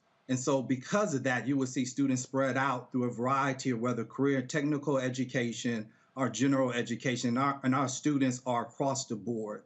Also, one of the things that is important to note and why community college is so central in terms of African Americans have the ability to earn bachelor's degrees is that 75% of all African American men that are enrolled in public post-secondary education in the state of California is enrolled in the California Community College. So if the California Community College fails to successfully educate African American men, that means African American men in the state of California would not go on to earn bachelor degrees. It is that critical. California just recently in the K-12 education passed mandatory ethnic studies as a graduation requirement. The CSU system has done the same. And because we are a transfer institution, the community colleges now are offering ethnic studies as part of its graduation requirement. That's an important step in the state of California that affirms learning about yourself. And in fact, learning about other cultures is essential, right? Skill set that you need to function in a modern day society. For a man, cultural efficacy is everything. We put being African at the center of our work. That's why we're committed to taking our students to Africa. That's why we are co-sponsoring the All African Educators Summit in Cape Coast, Ghana with the University of Cape Coast this September, because we believe that oftentimes the stereotypes that you mention of African American men are projected on us based on other folks defining who we are. So at the essence, we are helping Black men create a real definition of who we are that's rooted in the legacy and history that goes well before enslavement. Matt? Yeah, Dr. Bush, I want to commend you as well, brother, on this program and what you're doing. I also have two quick questions. The first is, I know that there's been some talk from this administration about making community college free. So while I commend you on the scholarships, my question is, what, if any, plans for expansion do you have should that come to fruition with community colleges becoming free, number one? And the second thing is, as a Black male who's been blessed to get an education, how do I volunteer with you, even if I'm not in the state of California? Yeah, absolutely. So this is the work of 16 brothers. I'm just so blessed that they allow me to be the spokesperson on this show today. So it's a collective work. So I applaud them for their effort because it comes with a great deal of sacrifice. We do this on top of our jobs of being college presidents, of being chancellors, being counselors, deans, and vice presidents. Within California, you have to know that the community college system is basically free for the majority of our students. And so pre-pandemic, we saw that result in enrollment growth. But now since the pandemic, African American men are experiencing the largest decline in enrollment than any other subgroup. And so we have to talk about what is going to be the long-term impact of the declining enrollment of Black men in the California community college system. If those who are interested in being a part of the, learning more about the organization, volunteering for that, go onto our website, A2MEND.org. That's A2MEND.org. You will see information about volunteering. One of the things that we launching this year is called the statewide student mentorship program. And we partner with a Black-owned software company called Mentoring and Match that is going to allow us to take mentoring at scale. What I mean by scale is that we have set a goal that every Black male enrolled in the California community college system, if they want to have a mentor, they will be mentored. And so we need folks to go on, if you have a .edu email, you could sign up to be a mentor, because literally there are thousands of Black men enrolled in the California community college system. And so we need folks to go on, sign up to be a mentor. So when we launch, that there's mentors available for these Black men who are navigating this system of education. Kelly. Yes. Can you just expound upon just how beneficial community college is, especially if you want to go to a four-year college, meaning not only is it cost efficient, but can you expound upon the fact that it actually builds experience so that you can have a better experience in a four-year college? Yeah, the community college system is a great tool for those who want to continue their education and to transfer to get a four-year degree. One of the major benefits of community colleges is that it's close to your community, so you're going to save a tremendous amount of costs. The fee structure is extremely low, so oftentimes students are able to complete 2 or 3 years without going into debt, which we know the student loan debt is a huge issue. Students still have the ability, if it's their goal, to get a bachelor's degree in the 4 years from whatever institution. That is still possible to do that by starting their first 2 years within a community college system. But I also think it's important to say that the community college system has an enormous potential, but there's also some enormous problems that exist within the community college system. And that's why AMEN exists. African Americans, when you look at all of the major student outcome indicators, find themselves at the bottom of the numbers of the percentage of students who transfer, at the bottom of the number of students who graduate or receive certificates. Often takes Black students longer to earn a 2-year degree, taking as long as 4 to 6 years for students to complete. Based on how the system is structured, they're less likely to encounter a faculty member that looks like them. So the community college has the potential to be a great tool. And many community college students have gone on to successfully navigate. But for Black male students, it's often in spite of as opposed to because of. And even though I'm a college president, I do everything I can to make sure that our Black students have the experience and support necessary to navigate. But I also would be disingenuous and say that the structure needs to be held accountable, and that we have to look at the community college system and how they are treating African-American students the same way we monitor in the K-12 system. All right then. Well, look, we certainly appreciate the work that y'all are doing. It is critically important. And so I look forward to being back on the West Coast, talking to those young men, Dr. Edward Bush. If people want to know more, go learn more about AMEN, where should they go? Go to the website a2men.org. That's A, the number 2, MEND.org. All right then. Thanks All very right. much. We certainly appreciate it. Thank you so very much. All right, folks. When we come back, some breaking news that we'll share with you that we're just getting in, and we'll share that as soon as we come back right here on Roland Martin Unfiltered on the Black Star Network. I'm Dr. Greg Carr, and coming up on The Next Black Table, we're speaking with Dr. Lucius T. Outlaw Jr., master teacher and philosopher. He takes us on his journey to discover and celebrate Black philosophy. From my undergraduate years at Fisk all the way through my PhD, I was never in a philosophy class where I had a professor who was a person of African descent, nor a sign of text written by a person of African descent, ever. How he pushed back at those who said there was no such thing, and got us all thinking about what it means to be Black. That's on The Next Black Table, exclusively on the Black Star Network. You know, he brought his own sound. So when you have an artist that creates his own sound, like Earth, Wind & Fire, Stevie, you know, they come in, the Beatles, they create their own sound. he kept reinventing himself. He wasn't afraid to change instrumentations or not use drums or not use bass or use the Lynn machine or use real drums or use, you know, pots and pans. It didn't matter. It's just like he wasn't afraid to, the sound was different every time he did an album, completely different, you know? And the things that he wrote about, it was things that he felt he needed to speak about. So a lot of honesty, you know, whether he would admit to it or not, there was a lot of honesty and a lot of things that were real to him.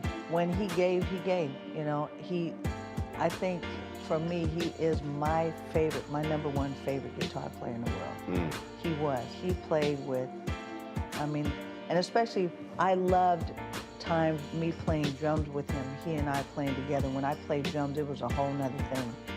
And I just think that he reached people in a way as an artist that he reached you because he was, again, honest in a way that he said it a million times, but he wasn't trying to write the next Purple Rain. That was already what it was. Right. I can write that. That was that one time thing, Right. but it's never going to happen again. So why would I write that again? Then it's not special anymore.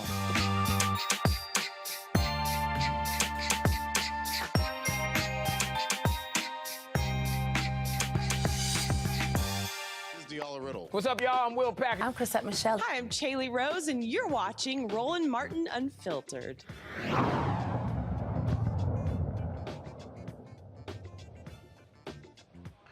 Folks, we've got some breaking news to report that is actually some sad news. The dean of the North Carolina Central University Law School, Dr. Brown C. Lewis, was found dead in her hotel room Thursday in Colorado. She was attending a conference there. She was about to celebrate her second-year anniversary there. This is the statement that came from the Chancellor of North Carolina Central, Johnson Akinleye. He said her vision was clear from day one, and leading the school is one that provides unique opportunities for diverse, talented future attorneys to be practice-ready practitioners. You might recall she was here on Roland Martin Unfiltered providing analysis when we were covering the Judge Ketanji Brown Jackson confirmation hearings. This is what she had to say when she was on the show. Thing about the pornography and the fact that she is being penalized for doing her job. Had she done something different, she'd have been penalized for not doing that. And I think she handled it with so much grace. She controlled her face. Because as Black women, we speak not just with our voices, but with our faces, with our hands, especially our hands. And I think that she did a wonderful job of working within the system. You're right, recognizing that she couldn't say exactly what she thought. She couldn't show what she thought because she has an objective, and that's to get on the Supreme Court to maybe make a difference and maybe make things better for people who look like her. So I really appreciated her calmness, her posture, her temperament, and that she really did not go there with them. And she was polite, even when they were impolite. So I really, really appreciate that. But it goes to your point, what we're saying is that she's reacting to the world in which we still live, where we always always have to prove ourselves. I would have to be careful not to become that angry Black woman to sustain and control our emotions in such a way. And not necessarily fair, but it was just what it is and what we are now. This was a part of the statement that came from the university chancellor based upon something that she wrote in March of last year. The key value I want to imprint on the law school is overcoming the impossible through hard work, perseverance, and tenacity. It is important to overcome adversity and realize that you can accomplish any goal, even if you do it in bite-sized pieces. I'm one of 12 children from a family in a small country town in Louisiana. I grew up knowing that you have to persevere, overcome adversity, and keep pushing forward. Likewise, NCCU School of Law is one of only 6 HBCU law schools in the country. We're the underdog pushing forward. And this is the image that they actually posted there of Dean Brown Lewis. I had an opportunity, Matt, when I was traveling through North Carolina. We were covering the primaries. I had an opportunity to drop by the law school drop by the school. I was interviewing some people and had the opportunity to meet her, take a picture with her. That's why I got her business card, and we put her on the show. And because of all the 6 HBCU law schools in the country, several are led by women. And again, it was great having her on the show, giving her analysis when she was on. And so it is certainly shocking to hear of her passing. Indeed, and I send my condolences to all the students and faculty and everyone connected with NCCU. It is so important for me as a Black lawyer. It was when I was in law school, and even before then, to see luminaries like her at the helm of institutions and always giving of themselves and giving of their insight. So, this is a big loss. I didn't have the pleasure of knowing her, but I think something like 6% of attorneys in the country are Black people. And I think a smaller percentage of that is Black men. With that being said, I really commend her efforts, and I hope that NCCU, everyone connected to her, finds peace. But I appreciate her efforts and appreciate her analysis when she was here on the show. Again, the university has not provided any additional details with regards to her passing, and so we certainly will provide more of that, folks, when we find out. Again, the dean of the North Carolina Central University School of Law, Dr. Dean Brown C. Lewis, was found dead yesterday in her hotel room in Colorado, where she was attending a legal conference. And again, one of several women who, leading law schools across the country. And so we will share more details about you, and certainly our thoughts and prayers go out to the North Carolina Central Law School family, as well as the university at large. Folks, that is it for us. I want to thank Kelly, Matt, and Michael as well. To the callers, we're going to be doing more calls next week, so I cannot get to all of you, but certainly news changes, and that's how it happens all the time in this business. So again, thank you to our panel. Thank you so very much. Let me also thank the folks who have been supporting us during this show. There have been people who have actually been giving while we've been live on the air. And so I want to thank those folks to do so. Daisy Mack, Victoria Miles, Anthony Mosley, Tommy Williams, Fayetta Sawyers, let's see, Rendo Chambly, and let's see here, there have been a couple of more I saw. I know I missed one of them. So I want to thank all of them for giving. Of course, every Friday we also list our donors to the show. There are more names that we're adding. I've got some of your emails. Some folks who have sent checks, we're adding those names as well. If you do not see your name, please simply shoot us an email at info@rolandmartin.com, and we will certainly add it to that list. So thank you so very much for everybody for watching. I will see you on Monday right here on Roland Martin Unfiltered. Check out social media this weekend. I'll be traveling to Las Vegas tomorrow. Anita Baker, of course, she's on her farewell concert to us. We've gone on for like 3 years.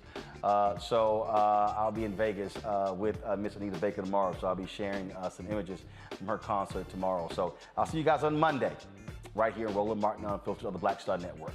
Holla!